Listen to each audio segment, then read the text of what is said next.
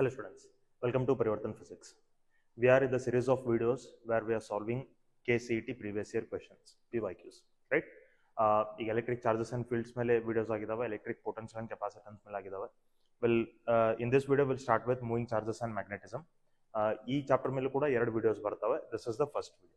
Okay? ಈ ಚಾಪ್ಟರ್ದು ನಾನು ಈಗ ನೋಡ್ರಿ ಫಸ್ಟ್ 3 ಚಾಪ್ಟರ್ಸ್ ಏನದಾವಲ್ಲ ಅವ್ರದ್ದು ಆ 3 ಚಾಪ್ಟರ್ಸ್ ಕಾನ್ಸೆಪ್ಟ್ಸ್ ಗಳನ್ನ ಕ್ಲಿಯರ್ ಆಗಿ ನಾನು ಕಲಿಸಿದ್ದೀನಿ.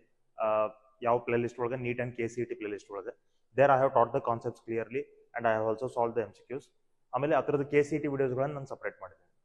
ಈಗ ಮೂವಿಂಗ್ ಚಾರ್ಜಸ್ ಅಂಡ್ ಮ್ಯಾಗ್ನೆಟಿಸಮ್ ಮೇಲೆ ನಾನು ಇನ್ನೂ ವಿಡಿಯೋಸ್ಗಳನ್ನು ಮಾಡಿಲ್ಲ, ವಿಡಿಯೋಸ್ಗಳನ್ನು ಹಾಕಿಲ್ರಿ. ಸೊ ಇಲ್ಲೇ ಈ KCET PYQs ಗಳನ್ನು ಸಾಲ್ವ್ ಮಾಡಬೇಕಾದ್ರೆ ಅದಕ್ಕೆ ರಿಲೇಟೆಡ್ ಏನು ಫಾರ್ಮುಲಾ ಬೇಕಾ ಅದಕ್ಕೆ ರಿಲೇಟೆಡ್ ಏನು ಕಾನ್ಸೆಪ್ಟ್ ಹತ್ತದ ಅದನ್ನ ನಾನು ಸ್ವಲ್ಪ ಹೇಳಿ, ಬಹಳ ಡೆಪ್ತ್ಗೆ ಹೋಗಂಗಿಲ್ಲ, ಸ್ವಲ್ಪ ಹೇಳಿ ಆಮೇಲೆ ಆ ಕ್ವಶನ್ಸ್ಗಳನ್ನ ಸಾಲ್ವ್ ಮಾಡಲಿಕ್ಕೆ ಟ್ರೈ ಮಾಡ್ತೀನಿ. Okay, well, so will start with the video. So first question ನೋಡ್ರಿ. So the first question is, this is from KCET 2023. Right? Last year the question is, the torque acting on a magnetic dipole placed in a uniform magnetic field is 0 when the angle between the dipole axis and the magnetic field is. Nodri. ಈಗ ನಮಗೆ for example ಇದು magnetic field ಅದ ಅಂತ ಇಟ್ಕೋರಿ. If this is the magnetic field and in this magnetic field if we have kept a dipole, ಒಂದು dipole ನಾವು ಇಟ್ಕೊಂಡಿದ್ವಿ ಅಂತಂದ್ರೆ, right? So if we have kept a dipole, what happens? ಒಂದು magnetic dipole ನಾವು ಇಟ್ಕೊಂಡಿದ್ವಿ ಅಂತಂದ್ರೆ ಏನಾಗ್ತದೆ, ಅದ್ರ ಮೇಲೆ ಟಾರ್ಕ್ ಆಕ್ಟ್ ಆಗ್ತದ್ರಿ, right? What is that torque given by torque is equal to magnetic dipole moment into magnetic field into sine theta, right? Magnetism ಮತ್ತೆ electrostatics ಒಳಗೆ ಏನ್ ಫಾರ್ಮುಲಾಸ್ ಅದಾವ ಆಲ್ಮೋಸ್ಟ್ ಡೈಪೋಲ್ ರಿಲೇಟೆಡ್ ಎಲ್ಲ ಫಾರ್ಮುಲಾಸ್ ಆಲ್ಮೋಸ್ಟ್ ಸೇಮ್ ಅದಾವ್ರಿ. So electrostatics ನಾಗ ನಿಮ್ಗೆ dipole related ಏನೇನು formulas ಗೊತ್ತದಾವ ಅದ ಫಾರ್ಮುಲಾಸ್ ಗಳನ್ನ ನಾವು ಇಲ್ಲಿ ಮ್ಯಾಗ್ನೆಟಿಕ್ ಟರ್ಮ್ಸ್ ಆಗಿ ಬರಿಬೇಕಾಗ್ತದೆ, right? Torque acting on an electric dipole in electric field ನಾವು ಏನಂತ ಬರಿತೀವಿ? P into E into sin theta ಅಂತ ಬರಿತೀವ್ರಿ, correct? Electric dipole moment into electric field. Here magnetic dipole moment into magnetic field, correct? What is this angle? ನಾವು ಈ theta angle ಏನ್ರಿ? Theta is the angle between direction of magnetic field and the dipole axis. ಈ dipole axis ಮತ್ತೆ magnetic field ನಡುವೆ ಏನ್ angle ಇರ್ತದಲ್ಲ, that angle we have to take that, correct? So ಈಗ ನೋಡ್ರಿ, ಇಲ್ಲೇ ಫಾರ್ಮುಲಾ ನೋಡ್ಕೊಂಡ್ರೆ ನಮ್ಗೆ ಗೊತ್ತಾಗ್ತದೆ ಟಾರ್ಕ್ ಮ್ಯಾಕ್ಸಿಮಮ್ ಮತ್ತು ಮಿನಿಮಮ್ ಯಾವ್ದ್ರ ಮೇಲೆ ಡಿಪೆಂಡ್ ಆಗ್ತದಪ್ಪ ಅಂದ್ರೆ ಥೀಟಾ ಮೇಲೆ ಡಿಪೆಂಡ್ ಆಗ್ತದೆ. We know very well if theta is equal to 90 degree torque will be maximum. ಅದು ನಮಗೆ m ಇಂಟು ಬಿ ಆಗ್ತದೆ, ಯಾಕಂದ್ರೆ ಸೈನ್ 90 1 ಆಗ್ತದ್ರಿ.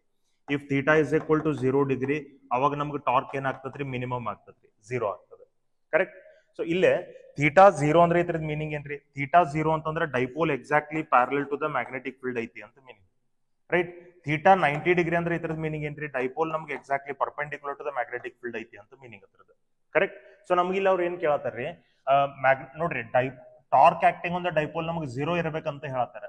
ಟಾರ್ಕ್ ನಮಗೆ 0 ಇರ್ಬೇಕಾದ್ರೆ ಥೀಟಾ ನಮಗೆ ಎಷ್ಟು ಇರ್ಬೇಕಂತ ಮೀನಿಂಗ್? ಅದು 0 ಡಿಗ್ರಿ ಇರಬೇಕು, ಅಂದ್ರೆ parallel to the magnetic field ಇರಬೇಕು ಅಂತ ಮೀನಿಂಗ್ ಅದ್ರದ್ದು, correct? So which option is correct? Then option A is correct.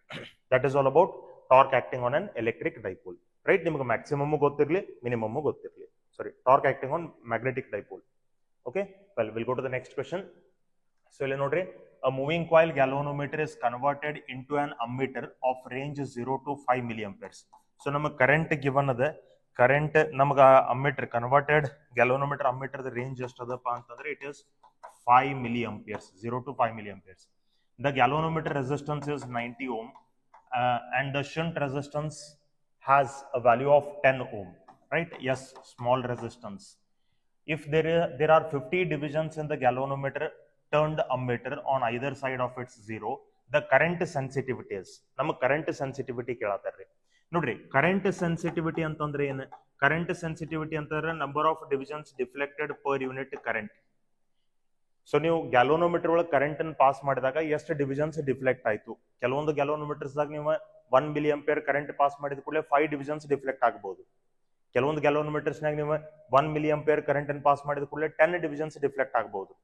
So ಅದ್ರ ಮೀನಿಂಗ್ ಏನ್ರಿ? ಅದು ಮೋರ್ ಸೆನ್ಸಿಟಿವ್ ಐತಿ ಅಂತ ಅರ್ಥ. ಜಾಸ್ತಿ ಡಿವಿಷನ್ಸ್ ಅದು ಡಿಫ್ಲೆಕ್ಟ್ ಆದ್ರೆ ಅದು ಮೋರ್ ಸೆನ್ಸಿಟಿವ್ ಗ್ಯಾಲ್ವನೋಮೀಟರ್ ಅಂತ ಅರ್ಥ, ಕರೆಕ್ಟ್? ಸೊ ನಾವು ಕರೆಂಟ್ ಸೆನ್ಸಿಟಿವಿಟಿ ಅಂತಂದ್ರೆ number of divisions deflected divided by current ಅಂತ ತಗೋತೀವಿ. ಹಂಗಾದ್ರೆ ಇದ್ರದ್ದು ಯೂನಿಟ್ ಏನಾಗ್ಬೇಕ್ರಿ? ಥೀಟಾ ಅಂದ್ರೆ ನಂಬರ್ ಆಫ್ ಡಿವಿಷನ್ಸ್ ರೀ. So divisions divided by current, division per ampere, this is the unit current sensitivity ಇದ್ರಿ. ಸೊ ಇಲ್ಲಿ ಆಪ್ಷನ್ಸ್ ನೋಡಕ್ ಹೋದ್ರೆ ಇಲ್ಲಿ ನೋಡ್ರಿ, ಇದು ಅಂಪಿಯರ್ ಪರ್ ಡಿವಿಷನ್ ಅದ, ಇದು ಅಂಪಿಯರ್ ಪರ್ ಡಿವಿಷನ್ ಅದ. ಸೊ ಇವ್ ಎರಡು ಆಪ್ಷನ್ಸ್ ಅಂತೂ ಇರ್ಲಿಕ್ಕೆ ಸಾಧ್ಯ ಇಲ್ಲ, ಇವೆರಡು ಎಲಿಮಿನೇಟ್ ಆದವು. ಯಾಕಂದ್ರೆ ನಮಗೆ ಕರೆಂಟ್ ಸೆನ್ಸಿಟಿವಿಟಿ ಯೂನಿಟ್ ಏನಂತ ಗೊತ್ತದೆ? ಡಿವಿಷನ್ ಪರ್ ಅಂಪಿಯರ್ ಅಂತ ಗೊತ್ತದೆ. So it has to be either A ಅಥವಾ ಡಿ ಆಪ್ಷನ್ ನಮಗೆ ಇರಬೇಕು. ನಾವು ವಿಲ್ ಫರ್ದರ್ ಕಂಟಿನ್ಯೂ. ಓಕೆ, ಈಗ ನೋಡ್ರಿ ಇಲ್ಲೇ ಎಷ್ಟು ವ್ಯಾಲ್ಯೂಸ್ ನಮ್ಗೆ ಕೊಟ್ಟಿದ್ದಾರೆ, ಏನ್ ಕನ್ವರ್ಷನ್ ಮಾಡಿದಾರೆ ನೋಡ್ರಿ. Galvanometer is converted into ammeter. How galvanometer is converted into ammeter? ಒಂದು ಗ್ಯಾಲೋನೋಮೀಟರ್ ನೀವು ಅಮ್ಮೀಟರ್ ಕನ್ವರ್ಟ್ ಮಾಡ್ಬೇಕಾದ್ರೆ ಏನ್ ಮಾಡ್ತೀರಿ? You will connect a small resistance in parallel with that galvanometer. ಆ ಗ್ಯಾಲೋನೋಮೀಟರ್ ಪ್ಯಾರಲಲ್ ಒಳಗೆ ಒಂದು ಸ್ಮಾಲ್ ರೆಸಿಸ್ಟೆನ್ಸ್ ನೀವು ಕನೆಕ್ಟ್ ಮಾಡ್ತೀರಿ. ಆ ಸ್ಮಾಲ್ ರೆಸಿಸ್ಟೆನ್ಸ್ ವ್ಯಾಲ್ಯೂ ನಮ್ಗೆ ಕೊಟ್ಟಿದ್ದಾರೆ. ಕರೆಕ್ಟ್, 90 ಓಮ್ ಗ್ಯಾಲೋನೋಮೀಟರ್ ರೆಸಿಸ್ಟೆನ್ಸ್ ನಮಗೆ ಕೊಟ್ಟಿದ್ದಾರೆ. ಓಕೆ ನೋಡ್ರಿ, I is equal to 5 milliamperes. ಇದು ನಮಗೆ ರೇಂಜ್ ಆಫ್ ದ ಅಮ್ಮೀಟರ್. ಇಷ್ಟು ಕರೆಂಟ್ ಅನ್ನೋದು ನಮಗೆ ರೀಡ್ ಮಾಡಬಹುದು. ಆಮೇಲೆ ಇಲ್ಲೇನು ಕರೆಂಟ್ ಸೆನ್ಸಿಟಿವಿಟಿ ಫಾರ್ಮುಲಾ ಅದಲ್ಲ, number of divisions divided by. ಇಲ್ಲೇ ನೀವು ಕರೆಂಟ್ ಗ್ಯಾಲೋನೋಮೀಟರ್ ಒಳಗೆ ಫುಲ್ 50 ಡಿವಿಷನ್ಸ್ ಡಿಫ್ಲೆಕ್ಟ್ ಆಗಬೇಕಾದ್ರೆ ಎಷ್ಟು ಕರೆಂಟ್ ಬೇಕಲ್ಲ ಆ ಕರೆಂಟ್ ನೀವು ಇಲ್ಲೇ ಯೂಸ್ ಮಾಡ್ಕೋಬೇಕು. IG ಅಂತಂದ್ರೆ current required for full scale deflection. Galvanometer ಒಳಗೆ ಎಷ್ಟು ಡಿವಿಷನ್ಸ್ ಅದಾವ್ರಿ? 50 ಡಿವಿಷನ್ಸ್ ಅದಾವ ಅಂತ ಹೇಳಿದಾರೆ ಆನ್ ಐದರ್ ಸೈಡ್. ನೀವು ಲ್ಯಾಬ್ ಒಳಗೆ ಯೂಸ್ ಮಾಡಿದಂತ ಗ್ಯಾಲೋಮೀಟರ್ ಕ್ಯಾಶುವಲ್ ಹೆಂಗ್ ಇರ್ತದ್ರಿ? ಇದು 0, ಈ ಕಡೆ 30, ಈ ಕಡೆ 30 ಡಿವಿಷನ್ಸ್ ಅದು ಗ್ಯಾಲೋಮೀಟರ್ ಇರ್ತದೆ. ಈ ಕ್ವೆಶನ್ ಒಳಗೆ ಏನಂದಾನೆ, ಎರಡೂ ಕಡೆ 50 ಡಿವಿಷನ್ಸ್ ಅದಾವ ಅಂತ ಹೇಳಿದಾನೆ. 50 ಡಿವಿಷನ್ಸ್, ರೈಟ್? ಸೊ ಈ 50 ಡಿವಿಷನ್ಸ್ ಫುಲ್ಲಿ ಡಿಫ್ಲೆಕ್ಟ್ ಆಗಬೇಕಾದ್ರೆ, ನೀಡಲ್ 50 ಡಿವಿಷನ್ಸ್ ಫುಲ್ಲಿ ಡಿಫ್ಲೆಕ್ಟ್ ಆಗಬೇಕಾದ್ರೆ ಎಷ್ಟು ಕರೆಂಟ್ ಬೇಕಲ್ಲ ಆ ಕರೆಂಟ್ ನಾವು IG ಅಂತ ಕರಿತೀವಿ. ಕರೆಕ್ಟ್? ಸೊ IG ನೀವು ಫೈಂಡ್ ಮಾಡಿದ್ರೆ ಥೀಟಾ ಅಂತೂ ನಮ್ಗೆ ಆಲ್ರೆಡಿ ಗೊತ್ತದೆ, ಈಗ ಎಷ್ಟು 50 ಡಿವಿಷನ್ಸ್ ಅಂತ ಆಲ್ರೆಡಿ ಕೊಟ್ಟಾನೆ. ಕರೆಕ್ಟ್? ಸೊ ನೀವು IG ಫೈಂಡ್ ಮಾಡಿದ್ರೆ ನಿಮ್ಗೆ ಕರೆಂಟ್ ಸೆನ್ಸಿಟಿವಿಟಿ ಬರ್ತದೆ. ಸೊ ಈಗ IG ಹೆಂಗ್ ಫೈಂಡ್ ಮಾಡೋದು? ನಮ್ಗೆ ನೋಡ್ರಿ, ಕನ್ವರ್ಷನ್ ಆಫ್ ಗ್ಯಾಲೋಮೀಟರ್ ಅಂದ್ಮೇಲೆ ನಮಗೆ ಥಿಯರಿ ಒಳಗೆ ಎರಡು ಕಾನ್ಸೆಪ್ಟ್ ಅದಾವ. ಒಂದು conversion of galvanometer to ammeter, ಇನ್ನೊಂದು conversion of galvanometer to voltmeter. ಈ conversion of galvanometer to ammeter ಒಳಗೆ ನಾವು ಏನ್ ಮಾಡ್ತೀವಿ, ಒಂದು ಸ್ಮಾಲ್ ರೆಸಿಸ್ಟೆನ್ಸ್ ಪ್ಯಾರಲಲ್ ಆಗಿ ಕನೆಕ್ಟ್ ಮಾಡ್ತೀವಿ ಗ್ಯಾಲೋಮೀಟರ್. ಆ ಸ್ಮಾಲ್ ರೆಸಿಸ್ಟೆನ್ಸ್ ಫೈಂಡ್ ಮಾಡ್ಲಿಕ್ಕೆ ನಮ್ಮ ಹತ್ರ ಫಾರ್ಮುಲಾ ಅದ, S is equal to IG into G divided by I minus IG ಅಂತ ಹೇಳಿ. ಕರೆಕ್ಟ್? ಸೊ ನಾವು IG ಫೈಂಡ್ ಮಾಡ್ಬೇಕಾಗಿದೆ, ಉಳಿಕಿದೆಲ್ಲ ಕೊಟ್ಟಿದ್ದಾರೆ. S is given, G is given, I is given. ನಮಗೆ IG ಬೇಕು. ಕರೆಕ್ಟ್? ಸೊ ಕ್ಯಾಲ್ಕುಲೇಟ್ ಮಾಡಬಹುದು. So I will use the formula S is equal to IG into G divided by I minus IG ಅಂತ ಹೇಳಿ. S value ಎಷ್ಟಿದೆ ರೀ? 10. IG value ನಮ್ಗೆ ಗೊತ್ತಿಲ್ಲ. Capital G value ಎಷ್ಟಿದೆ? 90. Correct? So 90 IG divided by I minus IG. I ನಮಗೆ ಎಷ್ಟಿದೆ? 5 milliamperes. Milli ಅಂದ್ರೆ ಎಷ್ಟು? 10 raised to minus 3 minus IG. Correct? So ಇಲ್ಲಿ ನೀವು IG ಫೈಂಡ್ ಮಾಡಬಹುದು. ಕ್ರಾಸ್ ಮಲ್ಟಿಪ್ಲೈ ಮಾಡ್ರಿ. 10 into 5 will be 50. 50 into 10 raised to minus 3 minus 10 into IG will be 10 IG equal to 90 IG equal to 90 IG. I will shift this 10 IG on that side. I will get it like this. 50 into 10 raised to minus 3 equal to 100 IG ಅಂತ ನಮಗೆ ಬರ್ತದೆ. 100 IG. Correct? ಇದು 51 ಇದು 52. So IG is equal to ನನಗೆ ಬರ್ತದೆ, ಇದು 2 ನ ಈ ಕಡೆ ತಗೊಂಡೆ ಅಂತಂದ್ರೆ 1/2 into 10 raised to minus 3 ಅಂತ ನಮಗೆ ಬರ್ತದ್ರಿ. ಕ್ಲಿಯರ್ ಅದ್ರಿ? ಓಕೆ, ಸೊ ನಮ್ಗೆ ಎಷ್ಟು ಬಂತೆ? ಇನ್ ನೋಡ್ರಿ, 1/2 ಅಂದ್ರೆ ನಾ ಅದನ್ನ 0.5 ಅಂತ ಅನ್ಬೋದ್ರಿ, into 10 to the power minus 3. So IG we got this much, 0.5 into 10 raised to minus 3, right? Amperes. ಎಷ್ಟು ನಮಗೆ ಕರೆಂಟ್ ಬಂತು. ಇನ್ ನಮಗೆ ಕರೆಂಟ್ ಸೆನ್ಸಿಟಿವಿಟಿ ಬೇಕು. ಸೊ ಕರೆಂಟ್ ಸೆನ್ಸಿಟಿವಿಟಿ ಅಂತಂದ್ರೆ ನೋಡ್ರಿ, current sensitivity is equal to number of divisions divided by current IG. Number of divisions theta ಎಷ್ಟದ? 50 divisions ಅದಾವ್ರಿ. ಸೊ ಇದನ್ನ 50 ಅಂತ ಬರಿತೀನಿ, ಡಿವೈಡೆಡ್ ಬೈ IG ನಮಗೆ ಎಷ್ಟದ? 0.5 into 10 raised to minus 3 ಅಂತದ.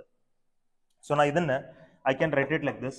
See, 50 divided by 0.5 ಅಂದ್ರೆ I can write it as 5 into 10 raised to minus 4 ಅಂತ ನಾ ಬರಿಬಹುದು. ಕ್ಲಿಯರ್ ಅದರಿ? ಸೊ ಇಲ್ಲೇ 5 1s 5 10s ಹೋಯ್ತು. 10 raised to minus 4 ಮ್ಯಾಗ ಬಂತಪ್ಪ ಅಂದ್ರೆ 10 raised to plus 5 ಆಯ್ತು. 10 raised to plus 5. ಇನ್ನು ನಮಗೆ 10 raised to plus 5 ಒಳಗೆ ಆನ್ಸರ್ ಇಲ್ಲ. 10 raised to 10 raised to plus 5 ಒಳಗೆ ನಮಗೆ ಆನ್ಸರ್ ಅದ ರೀ. ಸೊ ಇದನ್ನ ನಾ ಏನಂತ ಬರಿಬಹುದು? 1 into 10 raised to plus 5 division. ಇದು ಯೂನಿಟ್ ಅಂತೂ ನಮಗೆ ಆಲ್ರೆಡಿ ಗೊತ್ತದೆ, ಡಿವಿಷನ್ ಪರ್ ಅಂಪಿಯರ್ ಅಂತ ಹೇಳಿ. So which option is correct then? Which option is correct? Option D is correct. Clear? So this is how we have to solve it. That's related concept illadari. We'll go to the next question then. Okay, next question nodri. Even this also from 2023 only. A proton and alpha particle moving with the same velocity enter a uniform magnetic field with their velocities perpendicular to the magnetic field. The ratio of radii of their circular paths. See, we know very well, ಯಾವುದೇ ಒಂದು charged particle magnetic field ಒಳಗೆ ನೋಡ್ರಿ perpendicular ಆಗಿ enter ಆಯ್ತಪ್ಪ ಅಂತಂದ್ರೆ, any particle which enters in a magnetic field perpendicularly, ಯಾವುದೋ ಒಂದು charge particle, what happens? It will follow the circular path. ಅದು ಸರ್ಕ್ಯುಲರ್ ಪಾತ್ ಅನ್ನು ಫಾಲೋ ಮಾಡ್ತದೆ. ಆ ಸರ್ಕ್ಯುಲರ್ ಪಾತ್ ರಿಲೇಟೆಡ್ ನಮಗೆ ರೇಡಿಯಸ್ ಫಾರ್ಮುಲಾ, ರೇಡಿಯಸ್ ನಮ್ಗೆ ಏನಿರ್ತದ್ರಿ M V divided by Q B, theory ಒಳಗೆ ನಾವು ಡೆರೈವ್ ಮಾಡ್ಕೊಂಡಂತ ಫಾರ್ಮುಲಾ. ಕರೆಕ್ಟ್, ಈ ತರ ನಮಗೆ ರೇಡಿಯಸ್ ಫಾರ್ಮುಲಾ ಅದ. ಈಗ ಈ ಫಾರ್ಮುಲಾ ಯೂಸ್ ಮಾಡ್ಕೊಂಡೆ ನಾವು ಸಾಲ್ವ್ ಮಾಡ್ಬೇಕು. ಇಷ್ಟೇನೆ, ಇಲ್ಲಿ ಎರಡು ಪಾರ್ಟಿಕಲ್ಸ್ ನಮಗೆ ಕೊಟ್ಟಿದ್ದಾರೆ. ಒಂದು ಪ್ರೋಟಾನ್ ಅದ, ಇನ್ನೊಂದು ಅಲ್ಫಾ ಪಾರ್ಟಿಕಲ್ ಅದ. Okay, this is proton and this one is alpha particle. ನೋಡ್ರಿ, ರೇಡಿಯಸ್ ಅದ ರೇಷಿಯೋ ನಮ್ಗೆ ಕೇಳಿದಾರೆ, radius of proton divided by radius of alpha particle, this they have asked. So radius formula ಏನದ, M V upon Q B. Right, theory ಒಳಗೆ derive ಮಾಡ್ಕೊಂಡಿದ್ದದ mass, velocity, charge and magnetic field. ಈಗ ಇಲ್ಲಿ ಏನಾಗೈತ್ರಿ, ಅವ್ರು ಏನ್ ಹೇಳಿದಾರೆ ನಮಗೆ ಈ ಕ್ವೆಶನ್ ಒಳಗೆ ಅವ್ರು ಏನ್ ಹೇಳಿದಾರೆ ಅಂತಂದ್ರೆ, ದೇ ಹ್ಯಾವಿಂಗ್ ಸೇಮ್ ವೆಲಾಸಿಟಿ, ಎರಡೂ ಪಾರ್ಟಿಕಲ್ ವೆಲಾಸಿಟಿ ಸೇಮ್ ಅದ. ಸೊ ನೀವು ವೆಲಾಸಿಟಿ ಇಲ್ಲೇ ಸ್ಕಿಪ್ ಮಾಡಿದ್ರೆ, ವೆಲಾಸಿಟಿ ನೀವು ಕನ್ಸಿಡರ್ ಮಾಡದೇ ಇದ್ರು ನಡೀತದೆ, ಯಾಕಂದ್ರೆ ಎರಡು ಥರದ್ದು ಸೇಮ್ ವೆಲಾಸಿಟಿ, ಎರಡೂ ಸೇಮ್ ಮ್ಯಾಗ್ನೆಟಿಕ್ ಫೀಲ್ಡ್ ಒಳಗೆ ಮೂವ್ ಆಗತ್ತಾವ. ಸೊ ಮ್ಯಾಗ್ನೆಟಿಕ್ ಫೀಲ್ಡ್ ನು ಬಿಟ್ಟು ಬಿಡ್ರಿ, ವೆಲಾಸಿಟಿನೂ ಬಿಡ್ರಿ, ಮ್ಯಾಗ್ನೆಟಿಕ್ ಫೀಲ್ಡ್ ನು ಬಿಡ್ರಿ. ಹಂಗಾದ್ರೆ ಏನ್ ರೇಡಿಯಸ್ ಯಾವ್ದ್ರ ಮೇಲೆ ಡಿಪೆಂಡ್ ಆಯ್ತ್ರಿ, only on mass and charge. Correct. So ಈಗ ನಮ್ಗೆ ಕೊಟ್ಟಂತ ಪಾರ್ಟಿಕಲ್ಸ್ ಮಾಸ್ ಅಂಡ್ ಚಾರ್ಜ್ ನೀವು ಬರಿಬಹುದಾ? ನೋಡ್ರಿ, ಪ್ರೋಟಾನ್ ಅಂತಂದ್ರೆ 1H1, ಅಲ್ಫಾ ಪಾರ್ಟಿಕಲ್ ಅಂದ್ರೆ ಹೀಲಿಯಂ ನ್ಯೂಕ್ಲಿಯಸ್ 2He4. ಸೊ ನೋಡ್ರಿ, ಅಟಾಮಿಕ್ ನಂಬರ್ ಏನಿರ್ತತಲ್ಲ, atomic number that indicates the charge, mass number ಏನಿರ್ತತಲ್ಲ that indicates the mass. So ಇಲ್ಲಿ ಅಟಾಮಿಕ್ ನಂಬರ್ 1 ಇರೋದ್ರಿಂದ ನಾ ಇತರದ ಚಾರ್ಜ್ ಅನ್ನು Q ಅಂತ ತಗೋತೀನಿ. ಇತರದ ಅಟಾಮಿಕ್ ನಂಬರ್ 2 ಇರೋದ್ರಿಂದ ಇತರ ಚಾರ್ಜ್ ಅನ್ನ 2Q ಅಂತ ತಗೋತೀನಿ. ಕರೆಕ್ಟ್ ಅದ ರೀ? ಓಕೆ, ಇತರದ ಮಾಸ್ ನಂಬರ್ 1 ಇರೋದ್ರಿಂದ ಇತರ ಮಾಸ್ ಅನ್ನ M ಅಂತ ಬರೀತೀನಿ. ಇದ್ರ ಮಾಸ್ ನಂಬರ್ 4 ಇರೋದ್ರಿಂದ ಇದ್ರ ಮಾಸ್ ನಾನು 4m ಅಂತ ಬರೀತೀನಿ. ಸೊ ನೋಡ್ರಿ, radius of proton divided by radius of alpha particle. Radius ನಮಗೆ ಈಗ ಯಾವ್ದ್ರ ಮೇಲೆ ಡಿಪೆಂಡ್ ಆಗಿತ್ರಿ, radius is dependent only on mass and charge ನಾವು. ಕರೆಕ್ಟ್. ಸೊ ಇಲ್ಲೇ ನೋಡ್ರಿ, ನಾ ಇದನ್ನ ಈ ತರ ಬರಿಬಹುದು, mass of proton divided by charge of proton whole divided by mass of alpha particle divided by charge of alpha particle. Right, ಇದನ್ನ ಈ ಕಡೆ ತಗೊಂಡ್ರೆ ನಮಗೆ ರಿವರ್ಸ್ ಆಗ್ತದ, ಆ ತರ ನಾ ಈಗ ಬರಿತೀನಿ.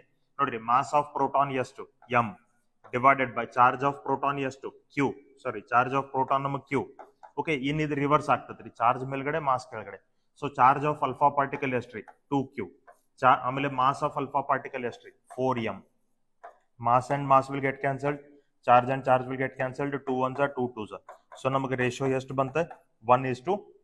ರೈಟ್. ಸೊ 1:2 ಆದ್ರೆ ಯಾವ ಆಪ್ಷನ್ ಕರೆಕ್ಟ್ ಆಯ್ತ್ರಿ? Option D is the right answer. Okay, let us go to the next question then.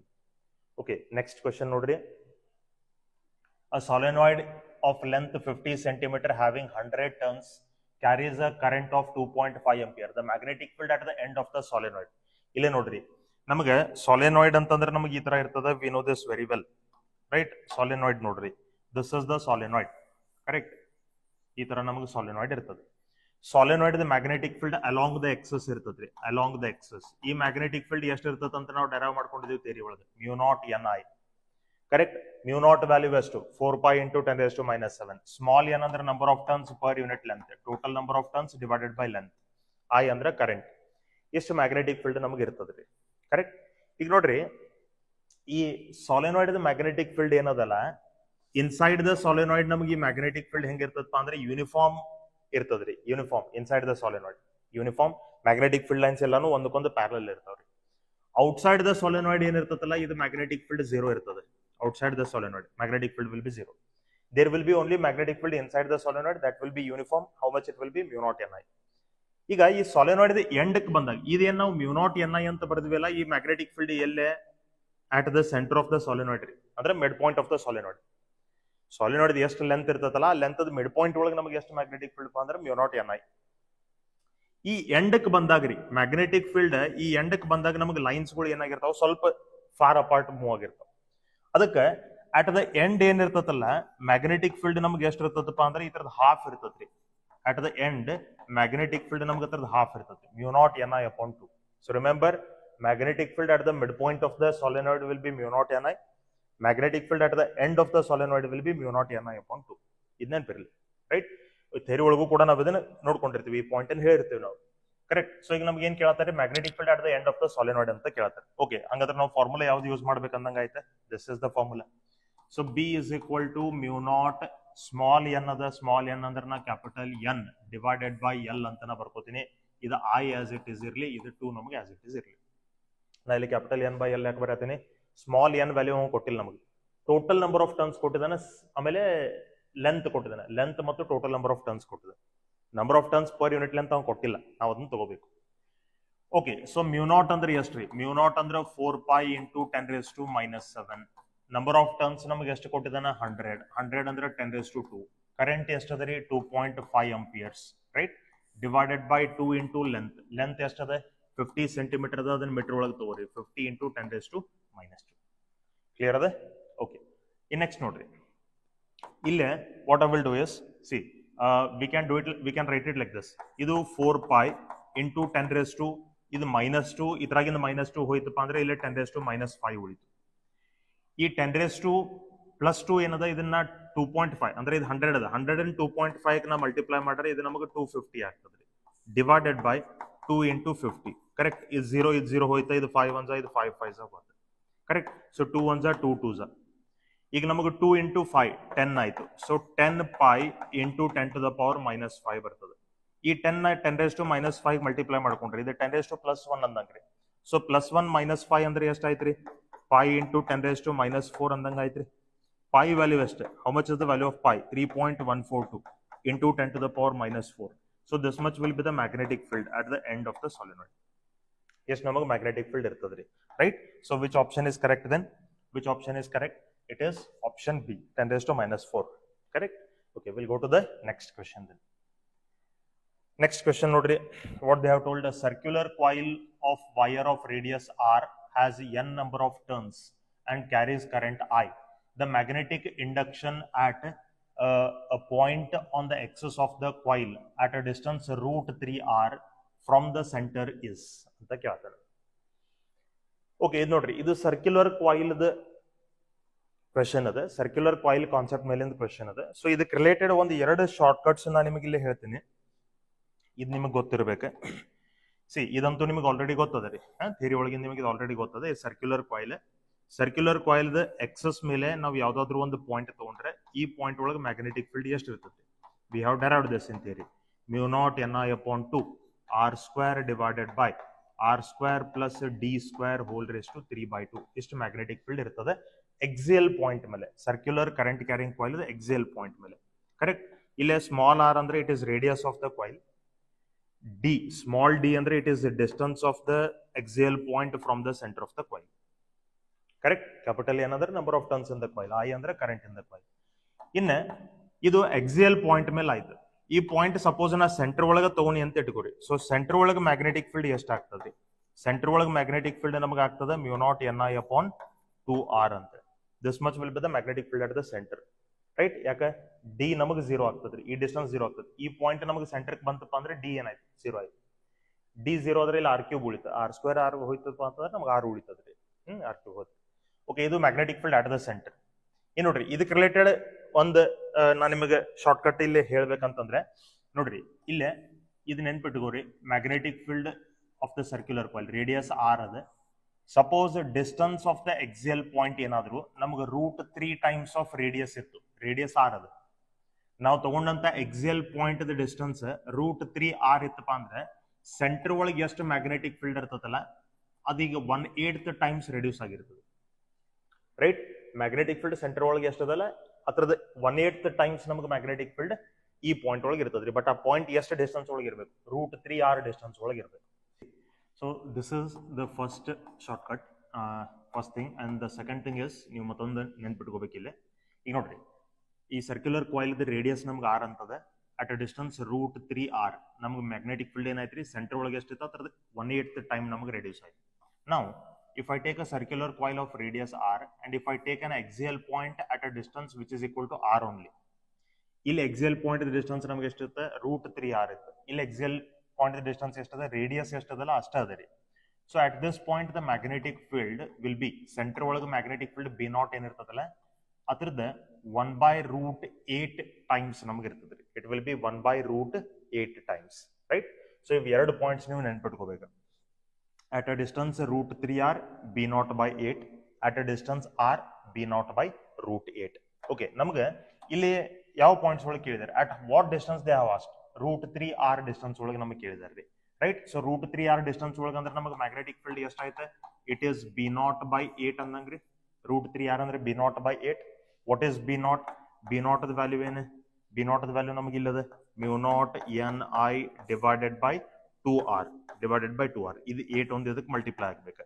So what I will get it as mu naught Ni divided by 8 into 2 will be 16r. So this much will be the magnetic field, right? So which option is correct? Option A is the right answer. Correct? Okay, let us go to the next question then. So ಈ chapter the questions ಅನ್ನ ನಾ ಸ್ವಲ್ಪ concept ಮತ್ತು formula ಹೇಳಿ ಆಮೇಲೆ solve ಮಾಡತ್ತೀನಿ ರೀ. So you may feel it lengthy, ನಿಮಗೆ ಸ್ವಲ್ಪ ಕ್ವೆಶನ್ಸ್ ಲೆಂದಿ ಅನ್ನಿಸ್ಬಹುದು. ಯಾಕಂತಂದ್ರೆ ನಾ ವಿತ್ ಕಾನ್ಸೆಪ್ಟ್ ಅಂಡ್ ಫಾರ್ಮುಲಾ ಹೇಳತ್ತೇನೆ ರೀ, ರೈಟ್? ಯಾಕೆ ಕಾನ್ಸೆಪ್ಟ್ ಮತ್ತು ಫಾರ್ಮುಲಾ ಹೇಳತ್ತೇನಪ್ಪ ಅಂತಂದ್ರೆ ಈ ಚಾಪ್ಟರ್ದ ಕಾನ್ಸೆಪ್ಚುಯಲ್ ವಿಡಿಯೋ ಆಗಲಿ ಅಥವಾ ಈ ಚಾಪ್ಟರ್ನ ಡೀಟೇಲ್ ಆಗಿ ಸಾಲ್ವ್ ಕಲಿಸಿದಂಥ ವಿಡಿಯೋಸ್ಗಳನ್ನ ನಾನು ಇನ್ನೂ ಅಪ್ಲೋಡ್ ಮಾಡಿಲ್ಲ. ಇನ್ಫ್ಯಾಕ್ಟ್ ನಾ ಆ ಥರದ ವಿಡಿಯೋನ ಇನ್ನೂ ಮಾಡಿಲ್ಲ, ರೈಟ್? ಸೊ ಅದ್ರ ಸಲುವಾಗಿ ಡೈರೆಕ್ಟ್ಲಿ ಕ್ವೆಶನ್ ಸಾಲ್ವ್ ಮಾಡೋ ಬದಲಿ ನಾ ಸ್ವಲ್ಪ ಫಾರ್ಮುಲಾ ಮತ್ತು ಅದಕ್ಕೆ ರಿಲೇಟೆಡ್ ಕಾನ್ಸೆಪ್ಟ್ ಹೇಳಿ ಸಾಲ್ವ್ ಮಾಡೋದು.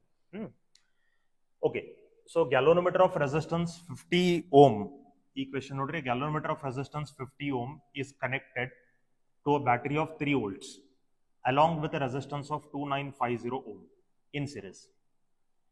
A full deflection of 30 divisions is obtained in the galvanometer. In order to reduce the deflection to 20 divisions, the resistance in series should be. ನೋಡ್ರಿ, casually CET ಒಳಗಾಗ್ಲಿ ಯಾವ ಕಾಂಪಿಟೇಟಿವ್ ಎಕ್ಸಾಮ್ಸ್ ಒಳಗಾಗ್ಲಿ ಕ್ವೆಶನ್ಸ್ ರಿಪೀಟ್ ಆಗೋದಿಲ್ಲ. ಇದೊಂದು repeat ಆಗಿದೆ 2017 ಮತ್ತು 2022 ಒಳಗೆ.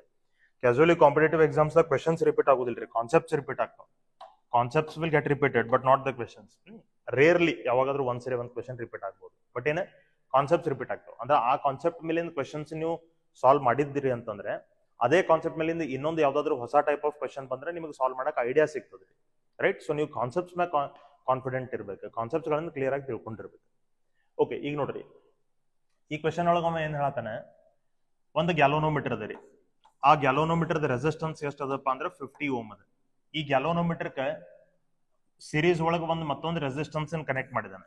ಇದಕ್ಕೆ series ಒಳಗೆ ಮತ್ತೊಂದು ರೆಸಿಸ್ಟೆನ್ಸ್ ಕನೆಕ್ಟ್ ಮಾಡಿದಾನೆ. ಆ ರೆಸಿಸ್ಟೆನ್ಸ್ ಎಷ್ಟದಪ್ಪ ಅಂದ್ರೆ 2950 ಓಮ್, ರೈಟ್? ಆಮೇಲೆ ಇದಕ್ಕೆ ಎಷ್ಟು ವೋಲ್ಟೇಜ್ ಬ್ಯಾಟರಿ ಅವ್ನು ಕನೆಕ್ಟ್ ಮಾಡಿದಾನೆ ರೀ. ಈ ಸಿರೀಸ್ ಕಾಂಬಿನೇಷನ್ ಎಷ್ಟು ವೋಲ್ಟೇಜ್ ಬ್ಯಾಟರಿ ಅವ್ನು ಕನೆಕ್ಟ್ ಮಾಡಿದಾನೆ?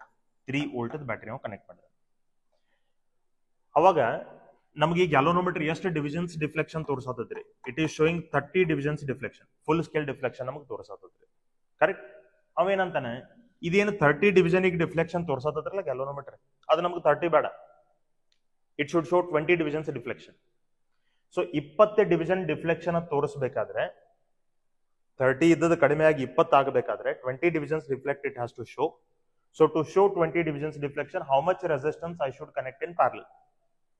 ಈಗ ನೀವು 2950 ಓಮ್ ಕನೆಕ್ಟ್ ಮಾಡಿದಾಗ 30 ಡಿವಿಷನ್ಸ್ ರಿಫ್ಲೆಕ್ಷನ್ ತೋರಿಸತ್ರಿ. ನೀವು ಎಷ್ಟು ರೆಸಿಸ್ಟೆನ್ಸ್ ಸಿರೀಸ್ ಒಳಗೆ ಕನೆಕ್ಟ್ ಮಾಡಿದಾಗ ಅದು 30 ಇದ್ದದೆ 20 ಆಗ್ಲಿಕ್ಕೆ ಸಾಧ್ಯದ ಅಂತ ಕೇಳತ್ತ. ಅಂದ್ರೆ ಸಿಚುವೇಶನ್ ಹಿಂಗದ. ಇಲ್ಲೇ ಮತ್ತೆ ಸೇಮ್ ಗ್ಯಾಲೋನೋಮೀಟರ್ ರೀ, 50 ಓಮ್ ದ ಗ್ಯಾಲೋನೋಮೀಟರ್, ರೈಟ್? ಇದಕ್ಕೆ ಸಿರೀಸ್ ಒಳಗೆ ನಾ ಮತ್ತೊಂದು ಯಾವ್ದೋ ರೆಸಿಸ್ಟೆನ್ಸ್ ಕನೆಕ್ಟ್ ಮಾಡತ್ತೀನಿ. ಸೇಮ್ ಬ್ಯಾಟ್ರಿ ನಾವು ಯೂಸ್ ಮಾಡ್ಕೊಳತ್ತೀವಿ, 3 ವೋಲ್ಟ್ ದ ಬ್ಯಾಟ್ರಿ ನಾವು ಯೂಸ್ ಮಾಡತ್ತೀವಿ. ಈ ರೆಸಿಸ್ಟೆನ್ಸ್ ಎಷ್ಟದ ಅಂತ ನಮ್ಗೆ ಗೊತ್ತಿಲ್ಲ, ಆದ್ರೆ ಡಿಫ್ಲೆಕ್ಷನ್ ಎಷ್ಟು ಬರ್ಬೇಕಂತ ಹೇಳಿ ನಾವು 20 ಡಿವಿಷನ್ಸ್ ಡಿಫ್ಲೆಕ್ಟ್ ಆಗ್ಬೇಕು ಅಂತ is telling, right? So this is the situation. ಎಷ್ಟು ಸಿಚುವೇಶನ್ ನಮಗೆ ಕೊಟ್ಟಾನೆ. ನೆಕ್ಸ್ಟ್ ನೋಡ್ರಿ, ಇಲ್ಲೇ ಟೋಟಲ್ ರೆಸಿಸ್ಟೆನ್ಸ್ ಎಷ್ಟು ಆಗ್ತದೆ? ಇವೆರಡು ಸಿರೀಸ್ ಒಳಗದಾವ್ರಿ. ಎರಡು ಸಿರೀಸ್ ಒಳಗಿದ್ರೆ ಇಲ್ಲಿ ನಮಗೆ ಟೋಟಲ್ ರೆಸಿಸ್ಟೆನ್ಸ್ ಎಷ್ಟಾಯ್ತು?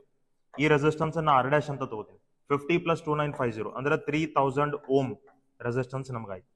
ಪೊಟೆನ್ಶಿಯಲ್ ಡಿಫರೆನ್ಸ್ ನಮ್ಗೆ ಗೊತ್ತದೆ, ರೆಸಿಸ್ಟೆನ್ಸ್ ಗೊತ್ತದೆ. ನಾವೇನ್ ಫೈಂಡ್ ಮಾಡ್ಬೋದು? ಬೇಸ್ಲಿ ಕರೆಂಟ್ ಫೈಂಡ್ ಮಾಡ್ಬೋದು, right? So current is equal to ಏನ್ರಿ? V/R. ವಿ ನಮಗೆ ಎಷ್ಟದ? 3 ಡಿವೈಡೆಡ್ ಬೈ R ಎಷ್ಟದ? R ಅಂದ್ರೆ R' ಅಂದಂಗ್ರಿ ಇಲ್ಲಿ 3000. ಸೊ ಇದು ಎಷ್ಟಾಯ್ತು? 10⁻³ ನೋಡ್ರಿ, 3 1 3000 1000 ಮೇಲೆ ಬಂದ್ರೆ 10⁻³ ಆಯ್ತು. ಅಂದ್ರೆ ನಮ್ಗೆ ಈ ಕರೆಂಟ್ ಎಷ್ಟದಪ್ಪ ಅಂದ್ರೆ 1 ಮಿಲಿ ಆಂಪಿಯರ್ ಕರೆಂಟ್ ಅದ. ಸೊ ಈ ಸರ್ಕ್ಯೂಟ್ ಒಳಗೆ ನಮಗೆ ಕರೆಂಟ್ ಎಷ್ಟು ಪಾಸ್ ಆಗತ್ತಪ್ಪ ಅಂತಂದ್ರೆ 1 ಮಿಲಿ ಆಂಪಿಯರ್, ಕರೆಕ್ಟ್ ಅದ ರೀ? ಇನ್ ನೆಕ್ಸ್ಟ್ ಇಲ್ಲೇ ವೋಲ್ಟೇಜ್ ಸೇಮ್ ಅದ, ಗ್ಯಾಲೋನೋಮೀಟರ್ ಸೇಮ್ ಐತೆ, ರೆಸಿಸ್ಟೆನ್ಸ್ ಎಷ್ಟು ಇರ್ಬೇಕಂತ ಕೇಳತ್ತ. ಇಲ್ಲಿ ಒಂದ್ ತಿಳ್ಕೊರಿ, 30 ಡಿವಿಷನ್ಸ್ ಡಿಫ್ಲೆಕ್ಟ್ ಆಗಬೇಕಾದ್ರೆ ನೀವು ಎಷ್ಟು ಕರೆಂಟ್ ಪಾಸ್ ಮಾಡಿದ್ರಿ? 1 ಮಿಲಿ ಆಂಪಿಯರ್ ಕರೆಂಟ್ ಪಾಸ್ ಮಾಡಿದ್ರಿ. ನಮಗೆ ಎಷ್ಟು ಡಿವಿಷನ್ ಡಿಫ್ಲೆಕ್ಷನ್ ಬೇಕಾಗೈತಿ? 20 ಡಿವಿಷನ್ ಡಿಫ್ಲೆಕ್ಷನ್ ಬೇಕಾಗಿತ್ತು. ಹಂಗಾದ್ರೆ ಕರೆಂಟ್ ಎಷ್ಟು ಇರಬೇಕು? ಇದನ್ನ I' ಅಂತ ಬರ್ಕೋದು, ರೈಟ್? ಈ ಸರ್ಕ್ಯೂಟ್ ಒಳಗಿಂದ ಕರೆಂಟ್, ಅದನ್ನ I' ಅಂತ ಬರ್ಕೊಂಡು. ಸೊ ಕ್ರಾಸ್ ಮಲ್ಟಿಪ್ಲೈ ಮಾಡ್ಕೊಂಡಿದ್ರೆ ನಿಮಗೆ ಇದು 20 divided by 30 into 1 milli ampere ಅಂತ ಬರ್ತದೆ, correct? So 20/30 into 1 milli ampere ಅಂದ್ರೆ ಇದು ಎಷ್ಟಾಯ್ತು? 2/3 ಮಿಲಿ ಆಂಪಿಯರ್ಸ್ ಅಂತ ಬಂತು. 0 ಹೋಯ್ತಾ? 2/3 ಮಿಲಿ ಆಂಪಿಯರ್ಸ್. ಸೊ ಈ ಸರ್ಕ್ಯೂಟ್ ಒಳಗೆ ನಮಗೆ ಕರೆಂಟ್ ಎಷ್ಟು ಅದ ರೀ? 2/3 ಮಿಲಿ ಅಂಪಿಯರ್ಸ್ ಕರೆಂಟ್ ನಮಗೆ ಈ ಸರ್ಕ್ಯೂಟ್ ಒಳಗದ. ಕ್ಲಿಯರ್ ಅದ ರೀ? ಓಕೆ, ಇನ್ ನೆಕ್ಸ್ಟ್ ನೋಡ್ರಿ, ಅದನ್ನ ನಾವು ಐ ಡ್ಯಾಶ್ ಅಂತ ಬರ್ಕೊಂಡಿದ್ವಿ. ನಮಗೆ 2/3 ಮಿಲಿ ಅಂಪಿಯರ್ಸ್ ಬಂತು. ಈಗೇನ್ ಕೇಳತ್ತಾರ, ಈ ರೆಸಿಸ್ಟೆನ್ಸ್ ನಮಗೆ ಅವ್ರು ಕೇಳತ್ತಾರ. ಇಲ್ಲೇ ನೋಡ್ರಿ, galvanometer 2950 resistance both are in series. ಈ ಸೀರೀಸ್ ಕಾಂಬಿನೇಷನ್ ನಾವು ಎಷ್ಟು ವೋಲ್ಟೇಜ್ ಅಪ್ಲೈ ಮಾಡಿದೀವಿ? 3 ವೋಲ್ಟ್.